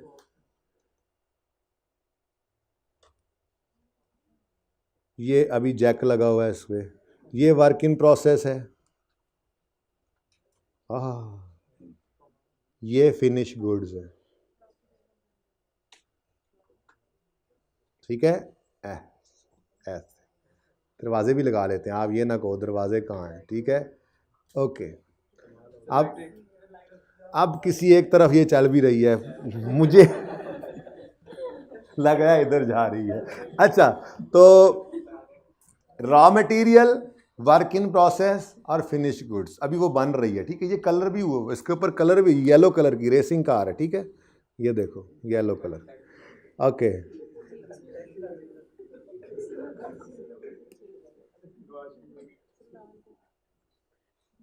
चलो जी, बहुत अच्छी, हमने ना स्पोर्ट्स कार तैयार कराई हुई है, ठीक है। अच्छा सुनो ना, बस करो, चुप कर जाओ। देखो मुझे ये बताओ, अगर मैं गाड़ियां बेचने वाली कंपनी हूं तो क्या मैं रॉ मटेरियल भी बेच दूंगा? ये गाड़ी भी बेचेंगे, सिर्फ क्या बिकेगा? तो यही हमारी इन्वेंट्री है, inventory of finish goods. Cost of sale में जो ओपनिंग लिखा होता है ना, opening finish goods less closing finish goods, ये जो आप आज तक करते आए हैं, ओपनिंग स्टॉक प्लस परचेजेस, बनी बनाई चीज़ खरीदते हैं तो उस पर यहाँ परचेजेस लिखते हैं, लेकिन ये ओपनिंग स्टॉक उन बनी बनाई चीज़ों का होता है, और क्लोजिंग स्टॉक जो माइनस करते हैं वो भी बनी बनाई, वो कंप्लीट फिनिश गुड्स का होता है। अब अगर आपने चीज़ बनी बनाई खरीद कर बेची तो यहाँ परचेजेस आ रहा होता है, और अगर आपने ये चीज़ बनाकर बेची तो यहाँ पर कॉस्ट ऑफ गुड्स मैन्युफैक्चर्ड आ रहा होता है। वो कॉस्ट ऑफ परचेज होता है, ये कॉस्ट ऑफ गुड्स मैन्युफैक्चर्ड होता है, कोई फ़र्क नहीं है। पर मकसद कहने का ये है कि फिनिश गुड्स वो होती हैं जो बिकती हैं, ठीक है। अब और मसला तो कोई नहीं है, मसला ये है कि वो कह रहा है कि हम ये वाली गाड़ी, किधर गई हमारी, हम ये वाली गाड़ी कोई नहीं बेचते होते, तो हम आगे से कह रहे हैं ये लेता भी कोई नहीं है भाईजान, अपने पास ही रखें डब खड़ब्बी गाड़ी, ठीक है ना। लेकिन वो कह रहा है और मसला कोई नहीं है, ये इन्वेंट्रीज़ में चली गई हैं और इन्वेंट्रीज से हम कैश फ्लो निकाल रहे हैं, तो यूँ कहना चाह रहे हो आपके ये इन्वेंट्री भी कैश में कन्वर्ट हो गई है। इन्वेंट्री, अभी रेशो का टॉपिक बस आ गया, 1-2 दिन में आ गया, आया क्या आया, तो वहाँ पे हम इस तरह से अंग्रेज़ी लिखा करेंगे कि इन्वेंट्री जो है वो सेल में कन्वर्ट हुई, डेटर जो है वो कैश में कन्वर्ट हुए। ऐसा ही होता है ना, डेटर कन्वर्ट होके कैश बनता है, इन्वेंट्री एसेट कन्वर्ट होके सेल बनती है और सेल से पैसे आते हैं। तो इन्वेंट्री सेल में कन्वर्ट होनी है, यानी उससे जो कैश आना है वो ये वाली इन्वेंट्री तो नहीं हो सकती, क्योंकि ये तो प्रोसेस में है, ये अवेलेबल फॉर सेल है ही नहीं, ठीक है। तो अब पहला काम तो ये करना पड़ेगा कि हमें इस इन्वेंट्री को माइनस करना पड़ेगा। क्या ख्याल है, कर दें? अच्छा, लेट्स से माइनस कर दिया हमने, लेट्स से हमने माइनस कर दिया, किधर है इन्वेंट्री भाई, 444 में से माइनस करो ज़रा थोड़ी देर के लिए, ये भी नोट ना करना, ये मैं चेंज करवाने लगा हूँ फिर, ठीक है। 444 में से, यार लेजर तुम साइड पे हो जाओ यार, ऐसे ही तुम आए, तकलीफ ही दी आपको हमने जी। 444 में से CWIP नहीं है, ये WIP है। दोनों में फ़र्क क्या है? वो बिल्डिंग बन रही होती है जो कैपिटलाइज होनी है, अगर वो वाली इन्वेंट्री इसमें पड़ी होती तो फिर अलग करते, ठीक है, वो तो कैपिटल वर्क इन प्रोग्रेस होता ना फिर, ठीक है, लेकिन ये वर्क इन प्रोसेस है। बहरहाल मेरी तो यही अंडरस्टैंडिंग है, हो सकता है आपकी कोई डिफरेंट हो। सवाल पूरा कर लेते हैं, मैं भी तो पहली बार ही कर रहा हूँ, ये रिसेंट टाइम का सवाल है ना, अगली बार दूसरी बार बनेगी ना मेरी तो, और ठीक है। अच्छा, अब work in process, work in process कितना है जी, माइनस करके बताओ, बता दो यार। है 96 क्लोजिंग और 80 ओपनिंग, थोड़ी देर के लिए नोट मत करना, 80 ओपनिंग और 96 क्लोजिंग। अच्छा चलो, ये कितना आ गया ओपनिंग और ये कितना आ गया 269। अब आपने कहा लो जी सुकून हो गया, इसको ले जाएंगे इन्वेंट्रीज में, मैंने माना, बिल्कुल ठीक है, बिल्कुल ठीक किया आपने। मुझे बताओ इसका क्या करोगे? यह तो ये भी इन्वेंट्री, यानी इस एडजस्टमेंट को इग्नोर करना था। कितनों ने इग्नोर किया, समझ के या बिना समझे? किस किस को समझ नहीं आ रही थी और इग्नोर हो गया उससे? ये बच्चे, हाँ 16 ऐड नहीं करते, फिर ये मैं यूं करता अगर, तो मैं इसकी अलग से वर्किंग कैपिटल में लेके जाता और इसको अलग से, अल्टीमेटली गल वही बननी सी, गल वही बननी सी कि इसको सिर्फ प्योर इन्वेंट्री को कर लेते अलग से, वो फिनिश गुड्स की, और इसको अलग से कर लेते थे। भाई जो पहले भी इकट्ठा पे उन्होंने इकट्ठा ही कर लो। ये बात किसको समझ नहीं आई? निकल जाए क्लास से। अच्छा बताएं किसको समझ नहीं आई? बेटा समझ आई आपको? नहीं आई तो दसो ना बेटा, मैनू को खाब थोड़े ही आ जाना है, मैं दिमाग थोड़े ही पढ़ना, मैं टैलीपैथी करदा वा, ये मैनू पता लग जाएगा दिमाग का है। साकिब अपनी चाय ले आया और किसी की नहीं लाया, उन्होंने कहा बस चाय पिएगा साकिब। अच्छा सुनो बच्चों, फिर सुनो बेटा, थोड़ा सा और आगे बढ़ाता हूँ बात को। स्टॉक जो बैलेंस शीट में नज़र आता है ना, वो सिर्फ एक फिगर होती है जिसके अंदर रॉ मटेरियल भी पड़ा होता है, वर्क इन प्रोसेस भी होता है, फिनिश गुड्स भी होती हैं, ठीक है। रॉ मटेरियल की कोई इन्वेंट्री मेरे पास नहीं पड़ी थी, ठीक है जी। वर्क इन प्रोसेस की मेरे पास इन्वेंट्री पड़ी थी, ये फिनिश गुड्स की इन्वेंट्री पड़ी थी 364 ते 269। ये हमने नोट्स में जाकर, ये नोट्स के अंदर होता है, नोट नंबर लेट्स से 55, ठीक है, 30 कुछ भी कर लो यार, कोई भी note, note number 30 let's say, ये नोट बना रहे थे हम, ये हमने डिटेल देनी होती है, ठीक है। टोटल कितना आया जी 444 और ये 365, ये नोट्स में बना होता है।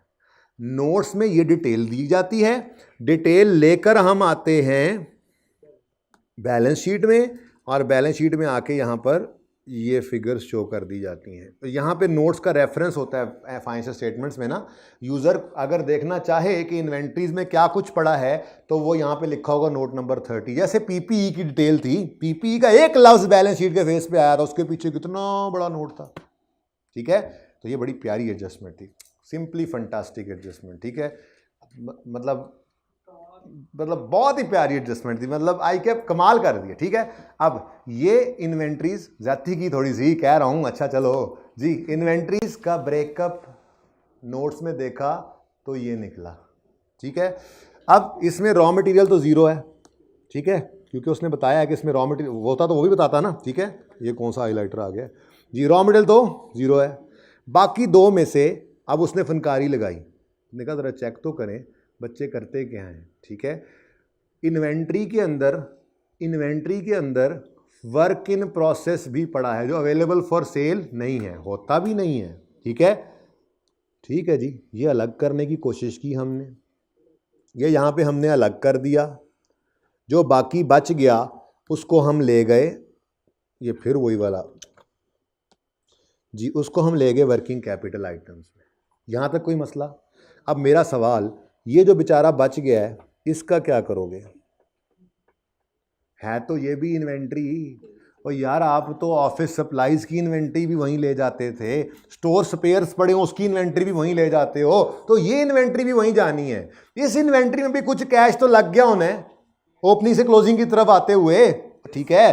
तो इसका मतलब अगर किसी ने अलग किया तो दोनों को अलग अलग लेकर जाए, पागल ही होगा। निकाल के माइनस करके अलग से इसको ले जाए, फिर वापस इसको ले जाए, तो इसको सारे को क्या कर दे, IG नो रे, सांप के हवाले कर दें। आज तो एनाकोंडा है, लो, ठीक है। यानी कि हम इस एडजस्टमेंट को इग्नोर, बेटा आप समझ आइए आपको, और किसी को समझ नहीं आ रही थी जी तो बताएं, लइए वाले दोस्त तुमने, अच्छा समझ के तुम लोगों ने इग्नोर किया था, तुमने समझ के किया बेटा, समझे बगैर किया, सुभान अल्लाह सुभान अल्लाह।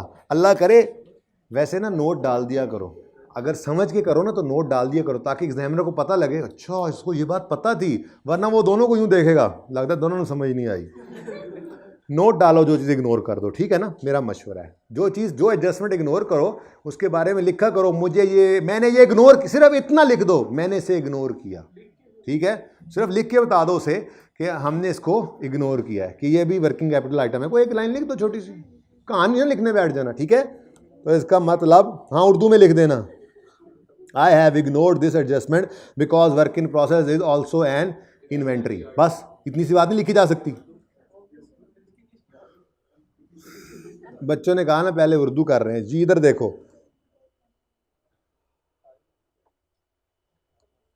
सांप के हवाले कर दो।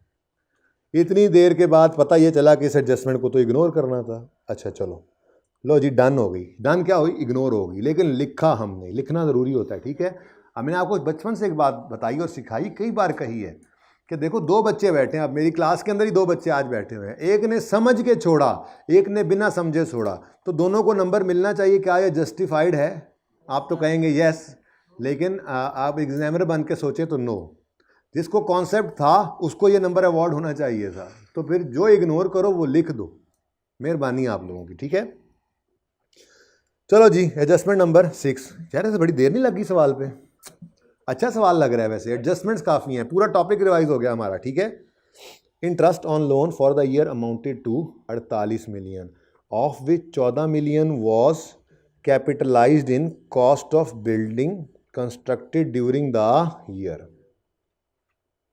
देखो मैं ज़बरदस्ती करके ना एक लेजर बना रहा हूँ, ऐसे ही, इधर जगह नहीं है, इधर है जगह, गुजारा हो जाएगा, आ जा यार उधर ही भाई। ये ऐसे ही फजूल में ये मैंने बना दी थी, साल कहीं ज़रूरत पड़ जाए तो देख लेंगे, फ़िलहाल यहाँ पर हम बना सकते हैं इंटरेस्ट का लेजर, ठीक है।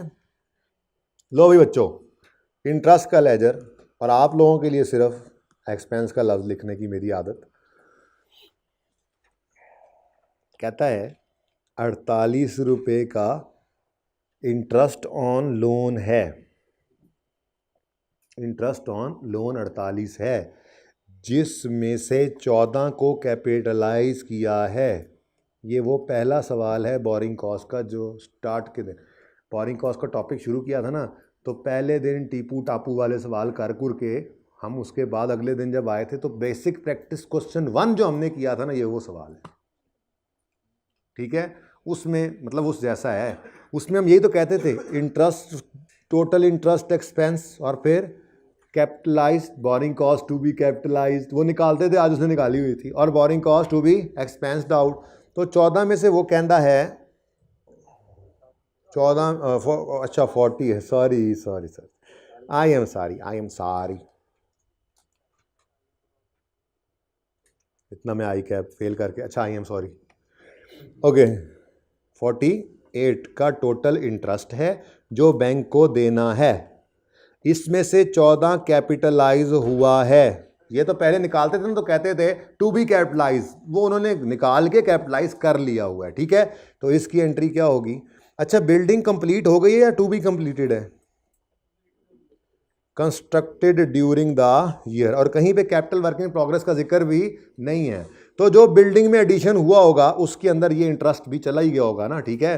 तो उसको कैश में भी नहीं आने देना, ये एंट्री भी करना ज़रूरी थी। तो बिल्डिंग डेबिट और इंटरेस्ट पेएबल थोड़ी देर के लिए मैं, ठीक है, क्रेडिट करता हूँ, हालांकि पेएबल वही पेड निकल आना है, ठीक है।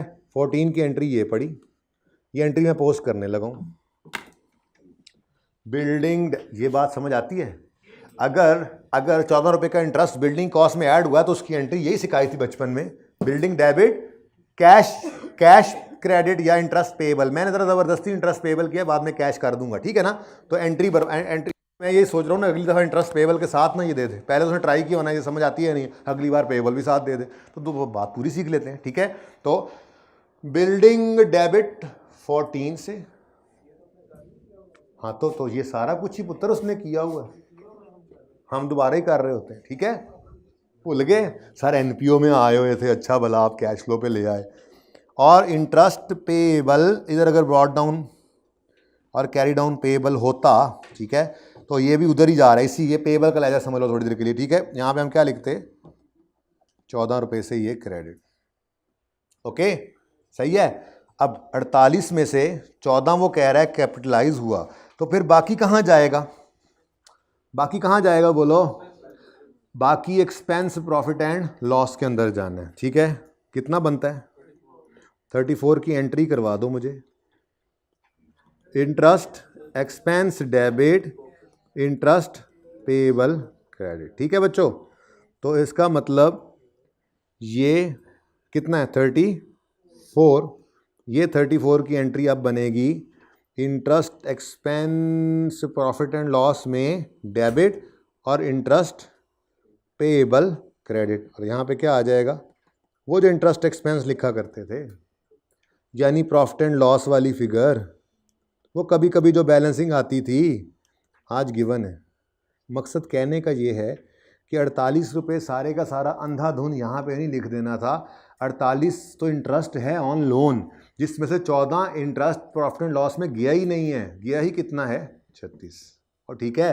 अच्छा वो अलग बात है कि कोई पेएबल था नहीं, तो फिर ये सारे का सारा ही क्या है कैश, ठीक है। तो 48, ठीक है। अच्छा अब इसमें से भी ना बच्चों ये भी डबल एंट्री, ये ज़रा परेशान कर रहा है आपको, इसलिए ना मैं इस एंट्री को सिर्फ अब पेएबल को हटा के कह रहा हूँ, पेएबल होता तो उसकी एडजस्टमेंट भी हम कर लेते, ओके। अच्छा अब इसको साइड पे करो और इस एंट्री को सिंपल कर लो जैसे सवाल में गिवन थी, बिल्डिंग डेबिट, क्योंकि पेएबल तो है ही नहीं, cash credit, building debit sorry interest expense debit cash credit, ठीक है। अब ये दोनों एंट्रीज सिंपल हो चुकी हैं, अब ये कर लेते हैं, ठीक है जी।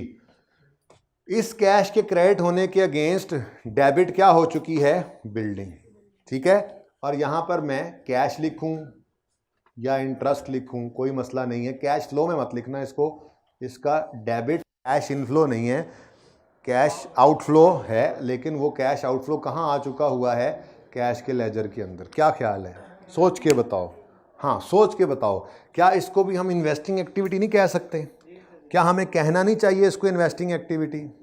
चलो देख लेते हैं थोड़ी देर के अंदर, अभी तो लेजर पूरा करते हैं, लेजर में तो इसने आना था, ठीक है। अच्छा लेकिन ये इंटरेस्ट एक्सपेंस जो प्रॉफिट एंड लॉस में गया है, इसको तो फटाफट रिवर्स कराओ ना, जो हो सकता है वो तो करें। यहाँ तक आते आते लेस हो चुका है, ऐड कर दो इंटरेस्ट एक्सपेंस कितना।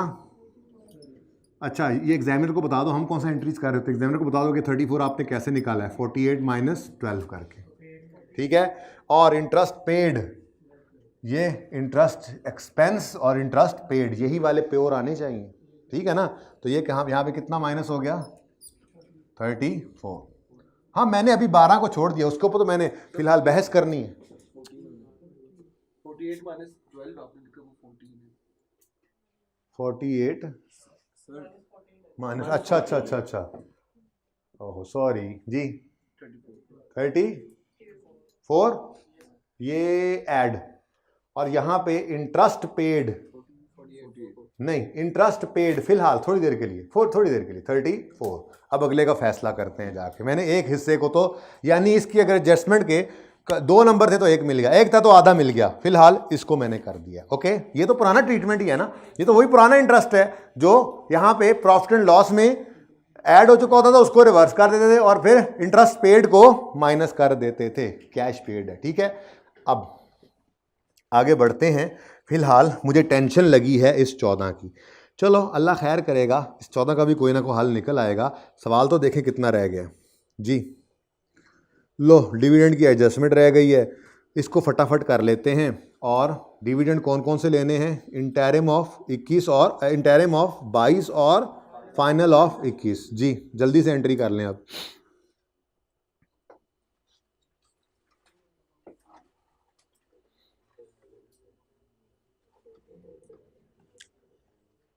नंबर 1 10% फाइनल डिविडेंड, लेकिन कौन सा है? कैश।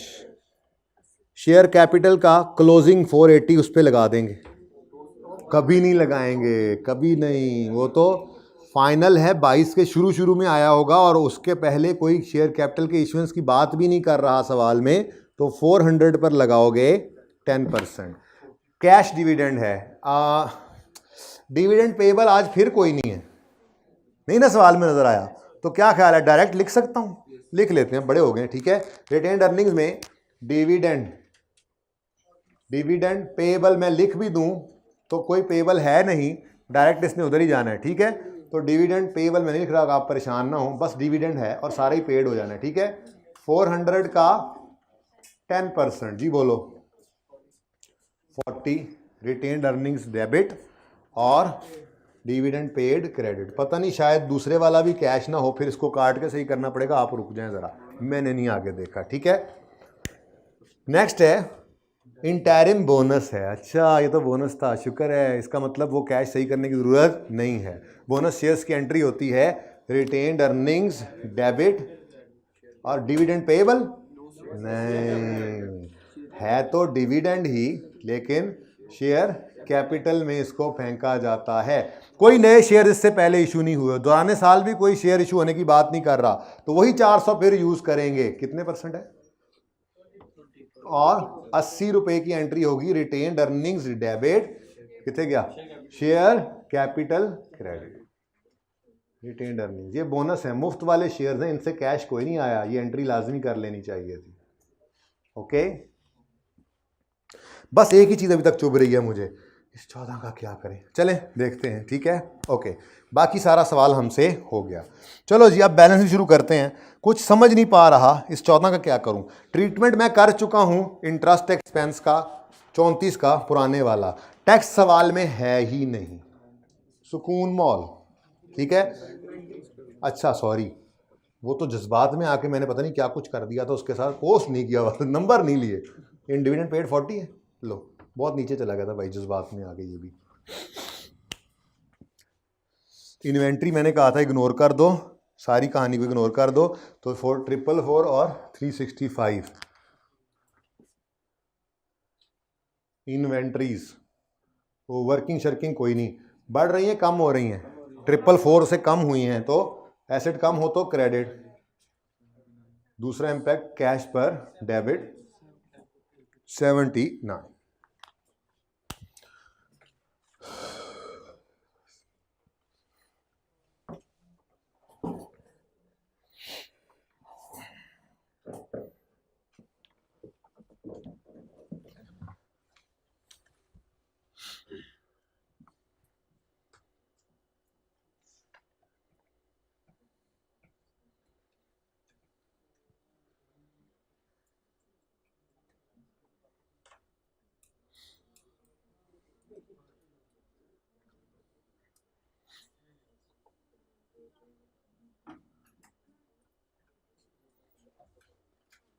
जी बच्चों,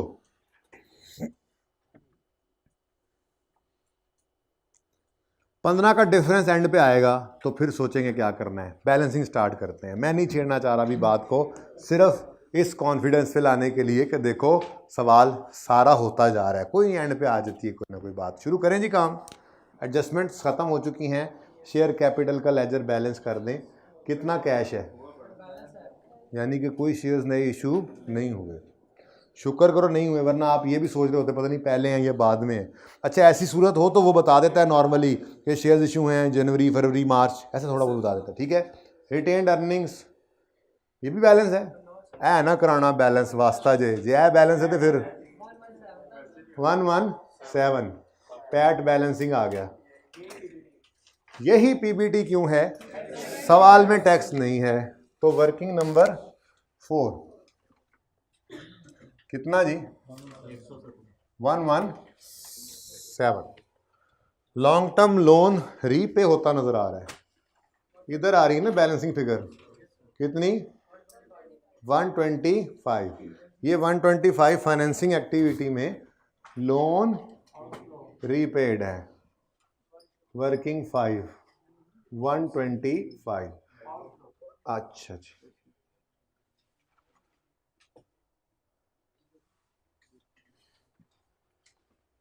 नेक्स्ट जी, डिस्पोजल तो हो गया हुआ है, सही है ना? आसान सवाल जी। पेबल फॉर व्हीकल हो गया। लैंड बिल्डिंग बैलेंस करो, बैलेंस करो, माना मैंने। इस पे पता नहीं कैश लिखना है या इंटरेस्ट लिखना है या क्या लिखना है, देखते हैं। इस पे बहस एंड पे करेंगे, सवाल पूरा करें जी। एडिशन कितना है? 130 कैश, ये तो पक्का कैश है ना। अब या तो ये होगा कि ये 14 20 में शामिल करके 144 कर देंगे, या अलग अलग ही रहने देंगे, वो बहस बाद में। एक ज़रा नई चीज़ है, देखते हैं, ठीक है। सोचने का टाइम नहीं मिल रहा, अभी तेज़ी से सवाल करते जा रहे हैं हम पर्चे के अंदर। 130 एडिशन इन, जो उधर आएगा वही उधर भी लिखेंगे, अभी तो फैसला ही नहीं हुआ ना, अभी तो अलग अलग कर रहे हैं, ठीक है। तो addition in land and building, working number फैसला कर लो, 6 या 8। 130 नेगेटिव, ठीक है। एक चीज़ अभी उधर भी जाके चेक कर लेते हैं, मुझे लगता है भूले हुए हैं। वो कैश जो इस साल रिसीव हुआ है, कैश इनफ्लो तो है, ठीक है। आगे देखो, क्या देख रहे हो पीछे? खबरदार किसी ने देखा पीछे, इंसान बनो जी। उसके बाद किसी और की तरफ से भी कभी कभी तोहफतन हदियतन कुछ चीज़ आ जाती होती है, ऐसी कोई बात नहीं है, अगर आ गई है तो ठीक है। अच्छा, आगे चलो, आगे चलो। व्हीकल एडिशन आ गया है। अच्छा, इसकी डेप्रीसिएशन रहती थी, बैलेंसिंग अभी आ रही होगी फिगर, देखो कितनी? 21 डेप्रीसिएशन लेजर में आई, और फिर यहाँ पर इधर ऐड कर देते, लेकिन अब अलग ही लिख लेते हैं जी। Add depreciation expense vehicle. भाई चाय से पहले कुछ नहीं लेंगे हम, वर्किंग नंबर चाय भी साथ साथ मंगवाओ। 21 कहीं नहीं जाता, अगर तुम्हारे नसीब में है तो। देखो पीछे पीछे चलता आया तुम्हारे। अच्छा जी, ओहो खत्म ये, आगे आओ।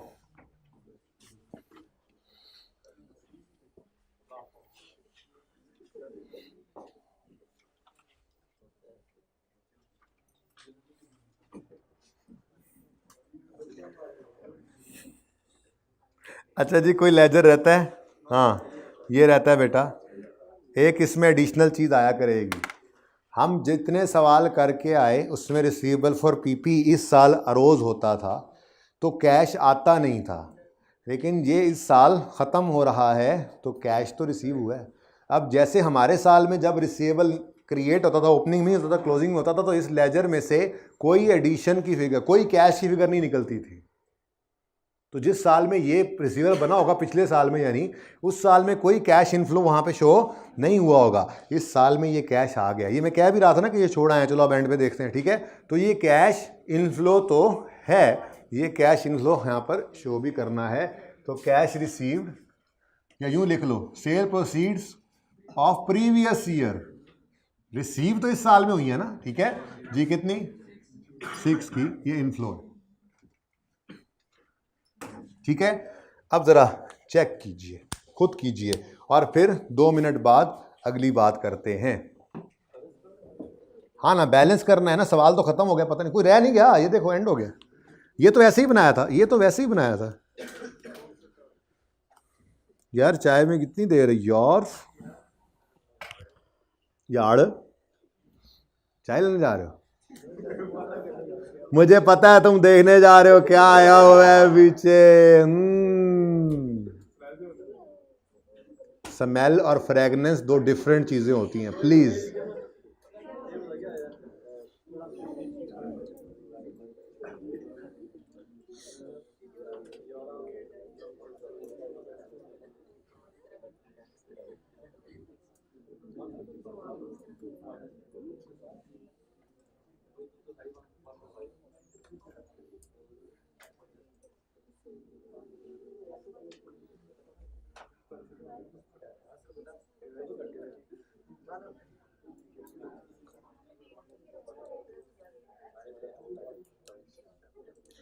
जी बच्चों,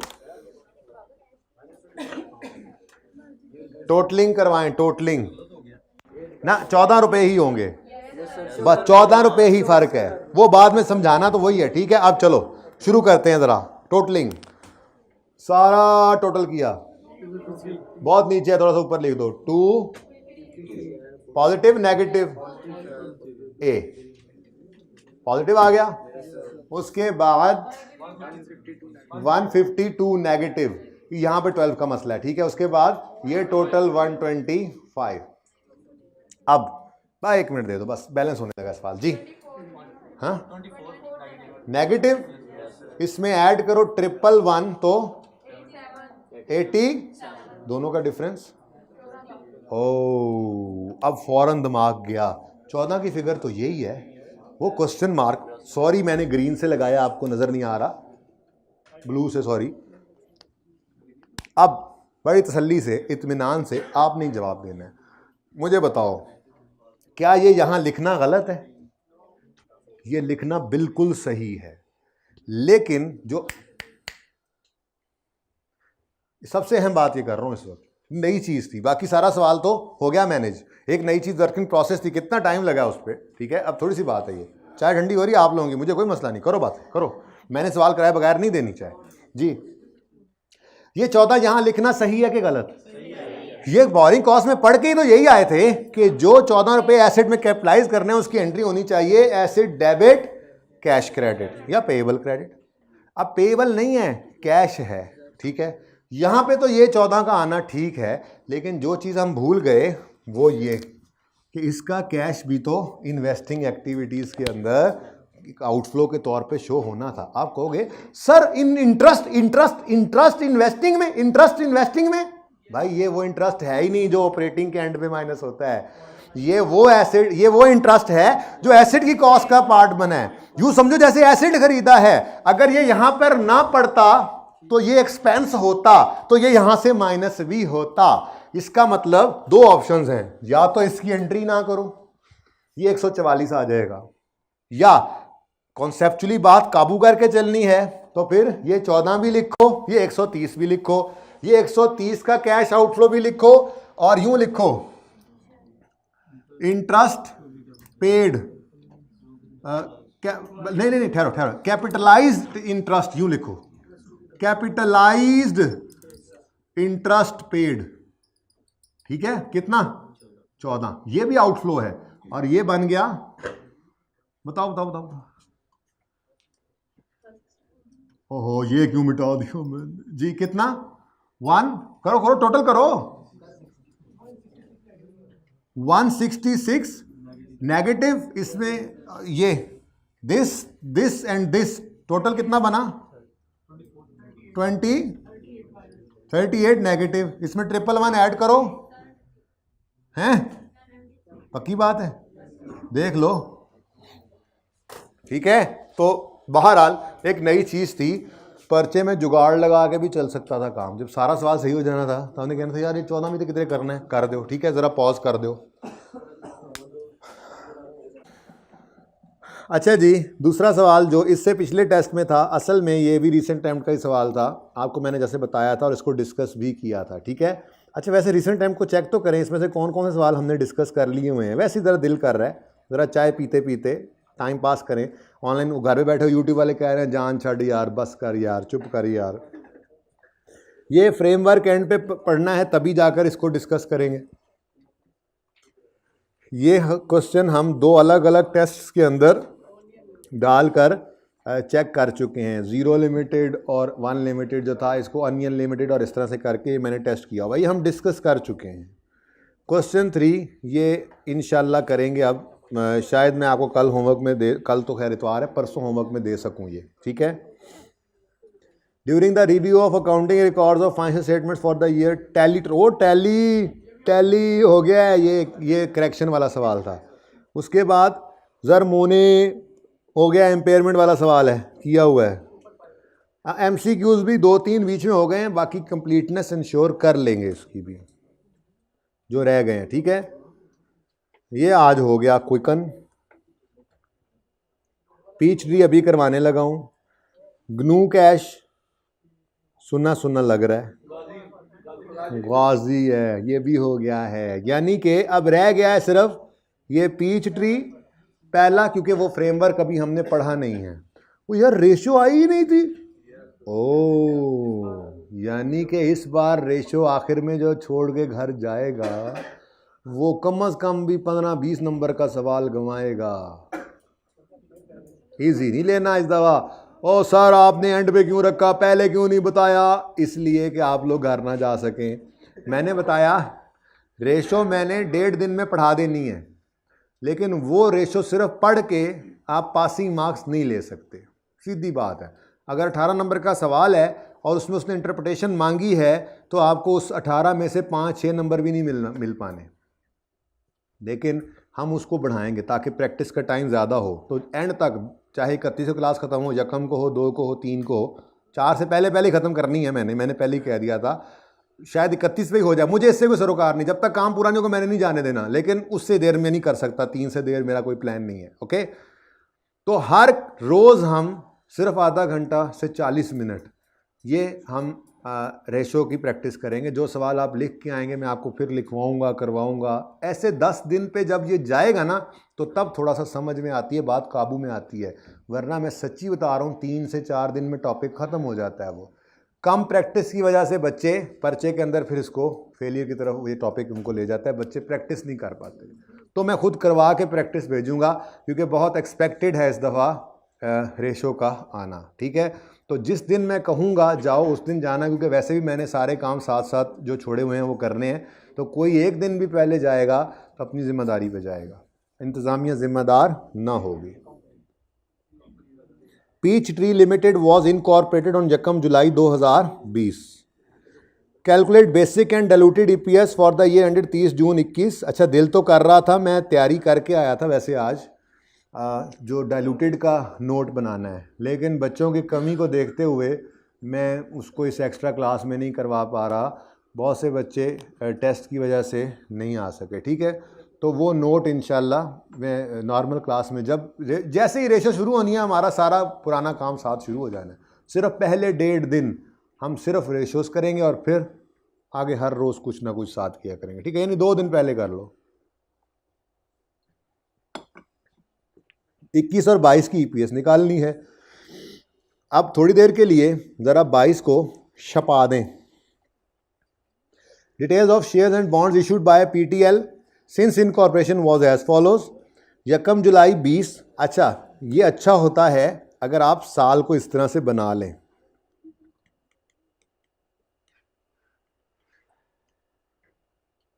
तीस जून 21, 30 जून है ना। वैसे शाम की क्लास कितनी टेंशन फ्री होती है ना। कोई आगे क्लास ना आपने पढ़नी है, ना मैंने पढ़ानी है, ना सर नान ने आना है उधर से, ना जो है वो नमाज का टाइम तो ज़रूर इंशाल्लाह 4:15 बजे है, तो 4:10 तक छुट्टी।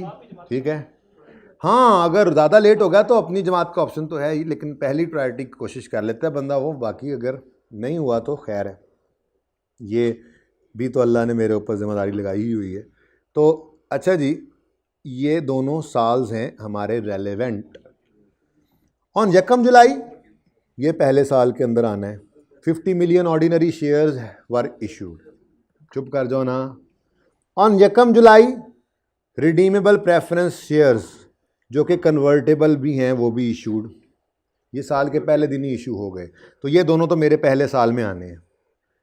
ऑन यकम फरवरी 21, ज़रा रुक कर देख लूँ, यहाँ पर आना है 31 दिसंबर 20, यहाँ पर करके कहीं ऐसे ही है ना, और यहीं बन रहा है ना। यहाँ पर देखो यकम जुलाई 20, तो मतलब यहाँ 31 दिसंबर 20 आएगा, ये जनवरी 20 और फिर ये फरवरी का पहला दिन, तो यकम फरवरी 21 तो यहीं पर ही बन रहा है। यहाँ पर कुछ हुआ है, क्या हुआ है?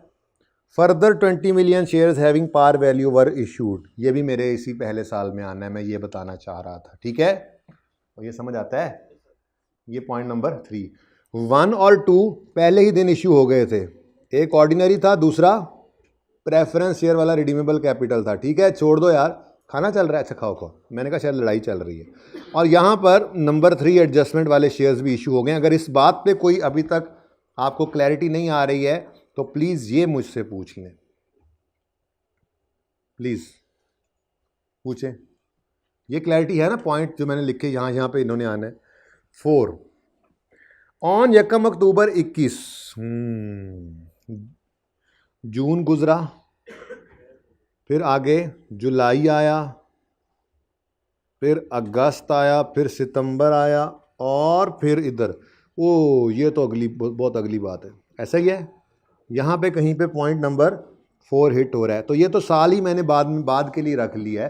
खैर देख तो लें है क्या, राइट शेयर्स इशू हो रहे हैं, कोई मसला नहीं है, ठीक है। असल में सवाल को एहतियात से पढ़ना, प्लान कर लेना, ये आधा जवाब होता है। आप इसको लाइटली लेते हैं, आप कहते हैं सवाल सामने है बस किसी तरीके से लिखना शुरू कर दें। आपने लिखना शुरू नहीं करना होता जब तक 2 दफ़ा सवाल ना पढ़ लें। मैं मल्टीपल टाइम्स कह चुका हूँ, ये असल प्लानिंग होती है बेटा। ये प्लानिंग हो जाए तो ये सवाल कितने नंबर का था, 15 का, ये 15 मिनट में हो जाए आपसे, पर प्लानिंग हो जाए तब ना, ठीक है। आगे बढ़ते हैं। 1 नवंबर 21, ये अक्टूबर था तो यहाँ पे करके कहीं अगले महीने में कुछ और भी हो गया, ठीक है। कौन सा पॉइंट है ये, पॉइंट नंबर 5, ओके। ये दोनों आगे 3 मिलियन कन्वर्टेबल बॉन्ड्स वर इशूड, सवाल ख़त्म हो गया। बेसिक और डाइल्यूटेड ईपीएस निकालनी है।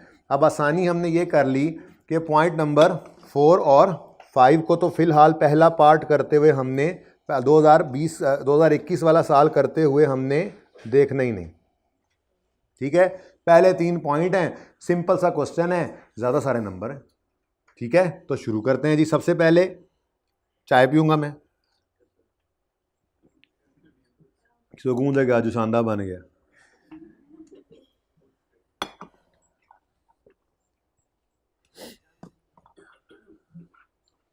क्या चाय पीनी है आपने? हाँ, समोसे और आ गए, ओके। हाथ खड़ा करें जिसने खाने हैं। और तीसरी रो, 1 मिनट पॉज करें। आमिर भाई चेक कर लें रिकॉर्डिंग सही हो रही है। अच्छा, इतने आप बड़े पास हूँ मैं। चलें जी, बेसिक ईपीएस और डाइल्यूटेड ईपीएस, वहाँ पे सोल्यूशन है। साकिब भाई पिक्चर ले लें आप, उसको अब प्रिंट कर उनको करवा लें कंपोज, ठीक है। अगली बार मुझसे नहीं मांगना किताब के वक्त, और फॉर्म में चले जाओ तो वहाँ से भी मुझे भेजना है, मुझे नहीं पता, ओके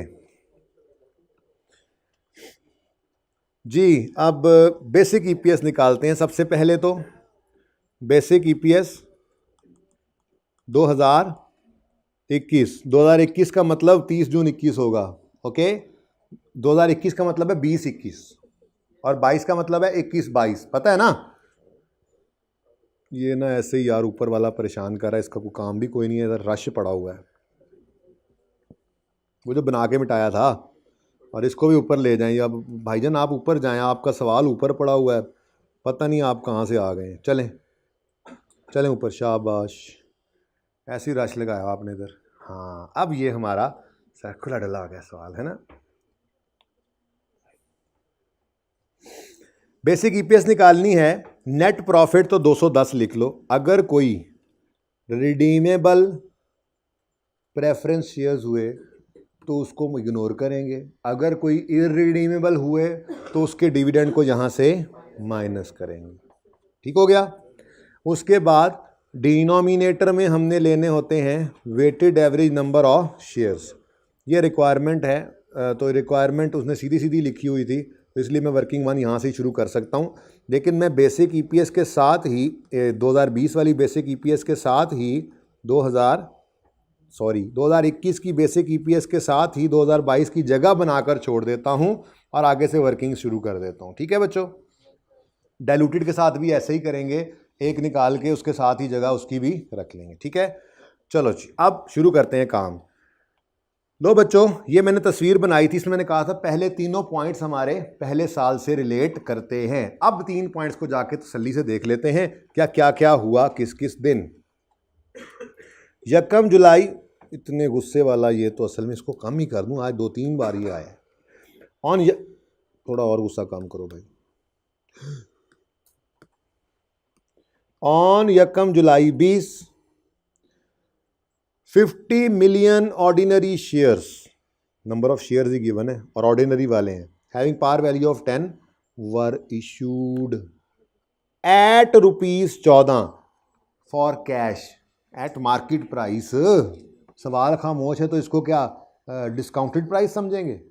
प्रीमियम पे प्रीमियम तो होगा ही, इसमें प्रीमियम तो है भी बल्कि 4 रुपये, लेकिन इस वक्त तो हम सिर्फ इस पर इंटरेस्टेड हैं कि ये शेयर का इशू ये मार्केट प्राइस पे है, ये बोनस है, ये स्प्लिट है, ये कंसोलिडेशन है, या राइट इशू है। तो हमारे इन सारे ऑप्शंस का नाम लिखा होता, ये राइट इशू होता, बोनस स्प्लिट कंसोलिडेशन तो लिखा होता, ये फिलहाल कुछ नहीं लिखा, तो सिंपल ₹14 हैं एक शेयर के बदले हैं, तो ये मार्केट प्राइस है। ओके, यहाँ पे हम अपनी वर्किंग शुरू करते हैं। वर्किंग कौन सी है जी आप जिसका हमें इंतज़ार है?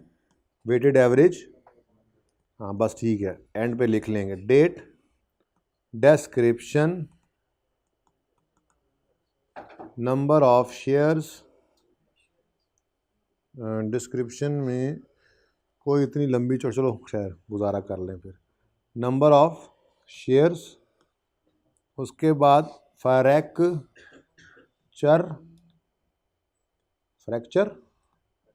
अच्छा फ्रैक्शन, और फिर weighted average number of shares. अब फिर किधर जा रहे हो तुम? ले गए आप वो पानी बर्गर, हद हो गई कसम से। ऐसे नहीं खान साहब कहते, मट्टी कब्र की मट्टी, कब्र में सुकून मिलना है। साथ वो ये भी कह रहे हैं कि ताड़ा ढिड कब्र की मिट्टी भरना है। ये मैं आपको नहीं कह रहा, खुदा का खौफ करे, वो भाई तो पानी पीने जा रहे थे, जस्ट जोकिंग। मैंने कहा खान साहब बड़ा पसंद है ना आपको? वाह अल्हम्दुलिल्लाह। अब पता नहीं ये कासिम साहब वाले बोल रहे हैं या खान साहब वाले, आजकल ये भी एक हॉट इशू है ना। अच्छा जी चले, मिट्टी पाओ, सब एक जैसे हैं, वो 86 जो है सब एक जैसे, यकीन मानो। कराची में फिर कभी हमें लड़ाई रखते हैं खुद, कभी कोई मिल जाता है, कभी कोई मिल जाता है, कभी कोई मिल जाता है। यार हम लोग कोई, यार आप लोगों के लिए। अच्छा चलो छोड़ो, 50 मिलियन शेयर्स, यकम जुलाई 20 साल के पहले दिन। है दिल जलाने की बात करते हैं सर आप, छोड़ें बस। न्यू शेयर्स, अच्छा ओपनिंग कोई नहीं था, लिख दूं, लिख देता हूँ 0, यकम जुलाई 20 न्यू शेयर्स कितने बच्चों? 50। तो फ्रैक्शन लगा कुछ भी नहीं और इसी दिन ये 50 आ गए। अब टोटल कितने हो गए? 50। ठीक है, ओपनिंग में कोई, असल में ओपनिंग पहले दिन है ना साल के, और ये भी पहले दिन ही आ गए, इसलिए कोई फ्रैक्शन नहीं लगा, और वैसे भी क्या लगता, 0 था, उसके साथ लग के 0 ही हो जाना था। ठीक है, आगे बढ़ते हैं। यकम जुलाई 20 पर ही, अब ग्रीन कलर से ना हमारे कन्वर्टेबल इंस्ट्रूमेंट्स चलेंगे। ठीक है, और वो ये कह रहा है ऑन यकम जुलाई 20 10 मिलियन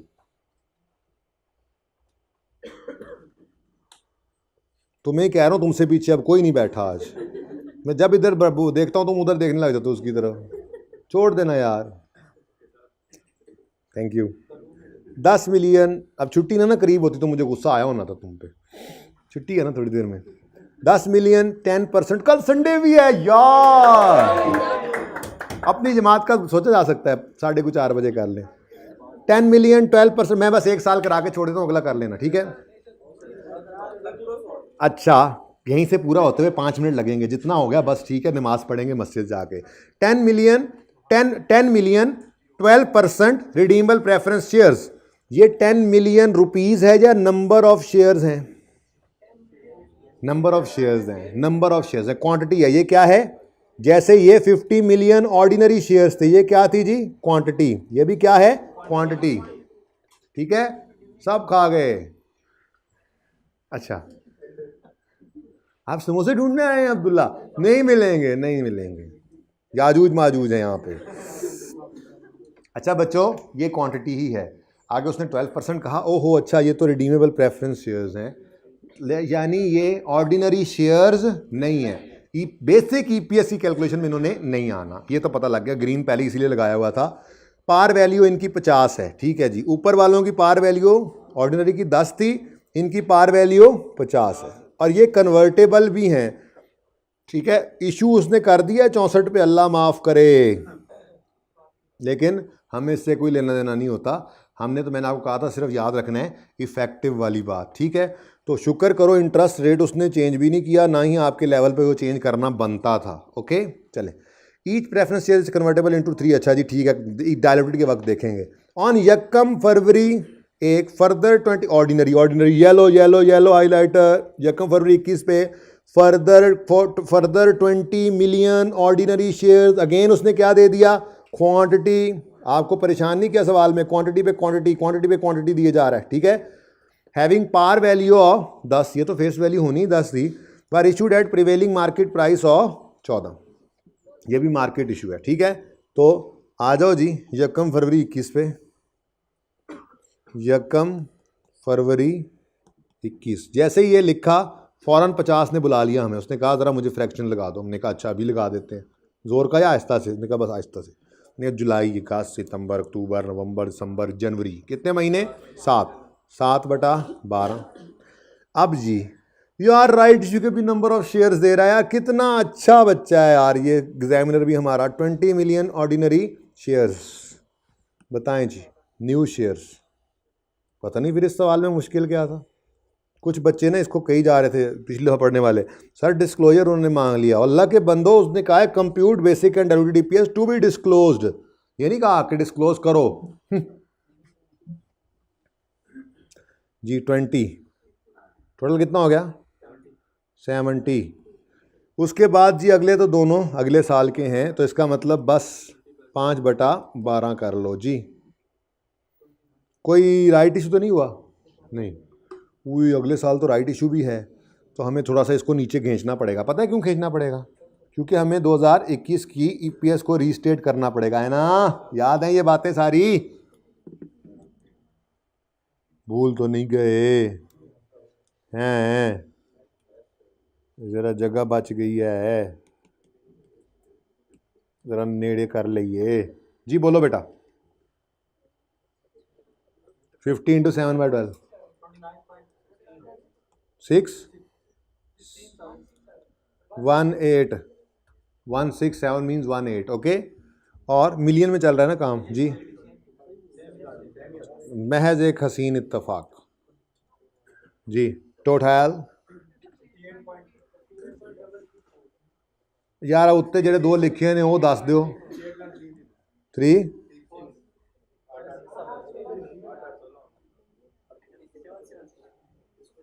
ये सही है जी। अब जो सामने टोटल है ना वो लिख दो। चलो जी बेसिक ईपीएस निकल आई खैर से।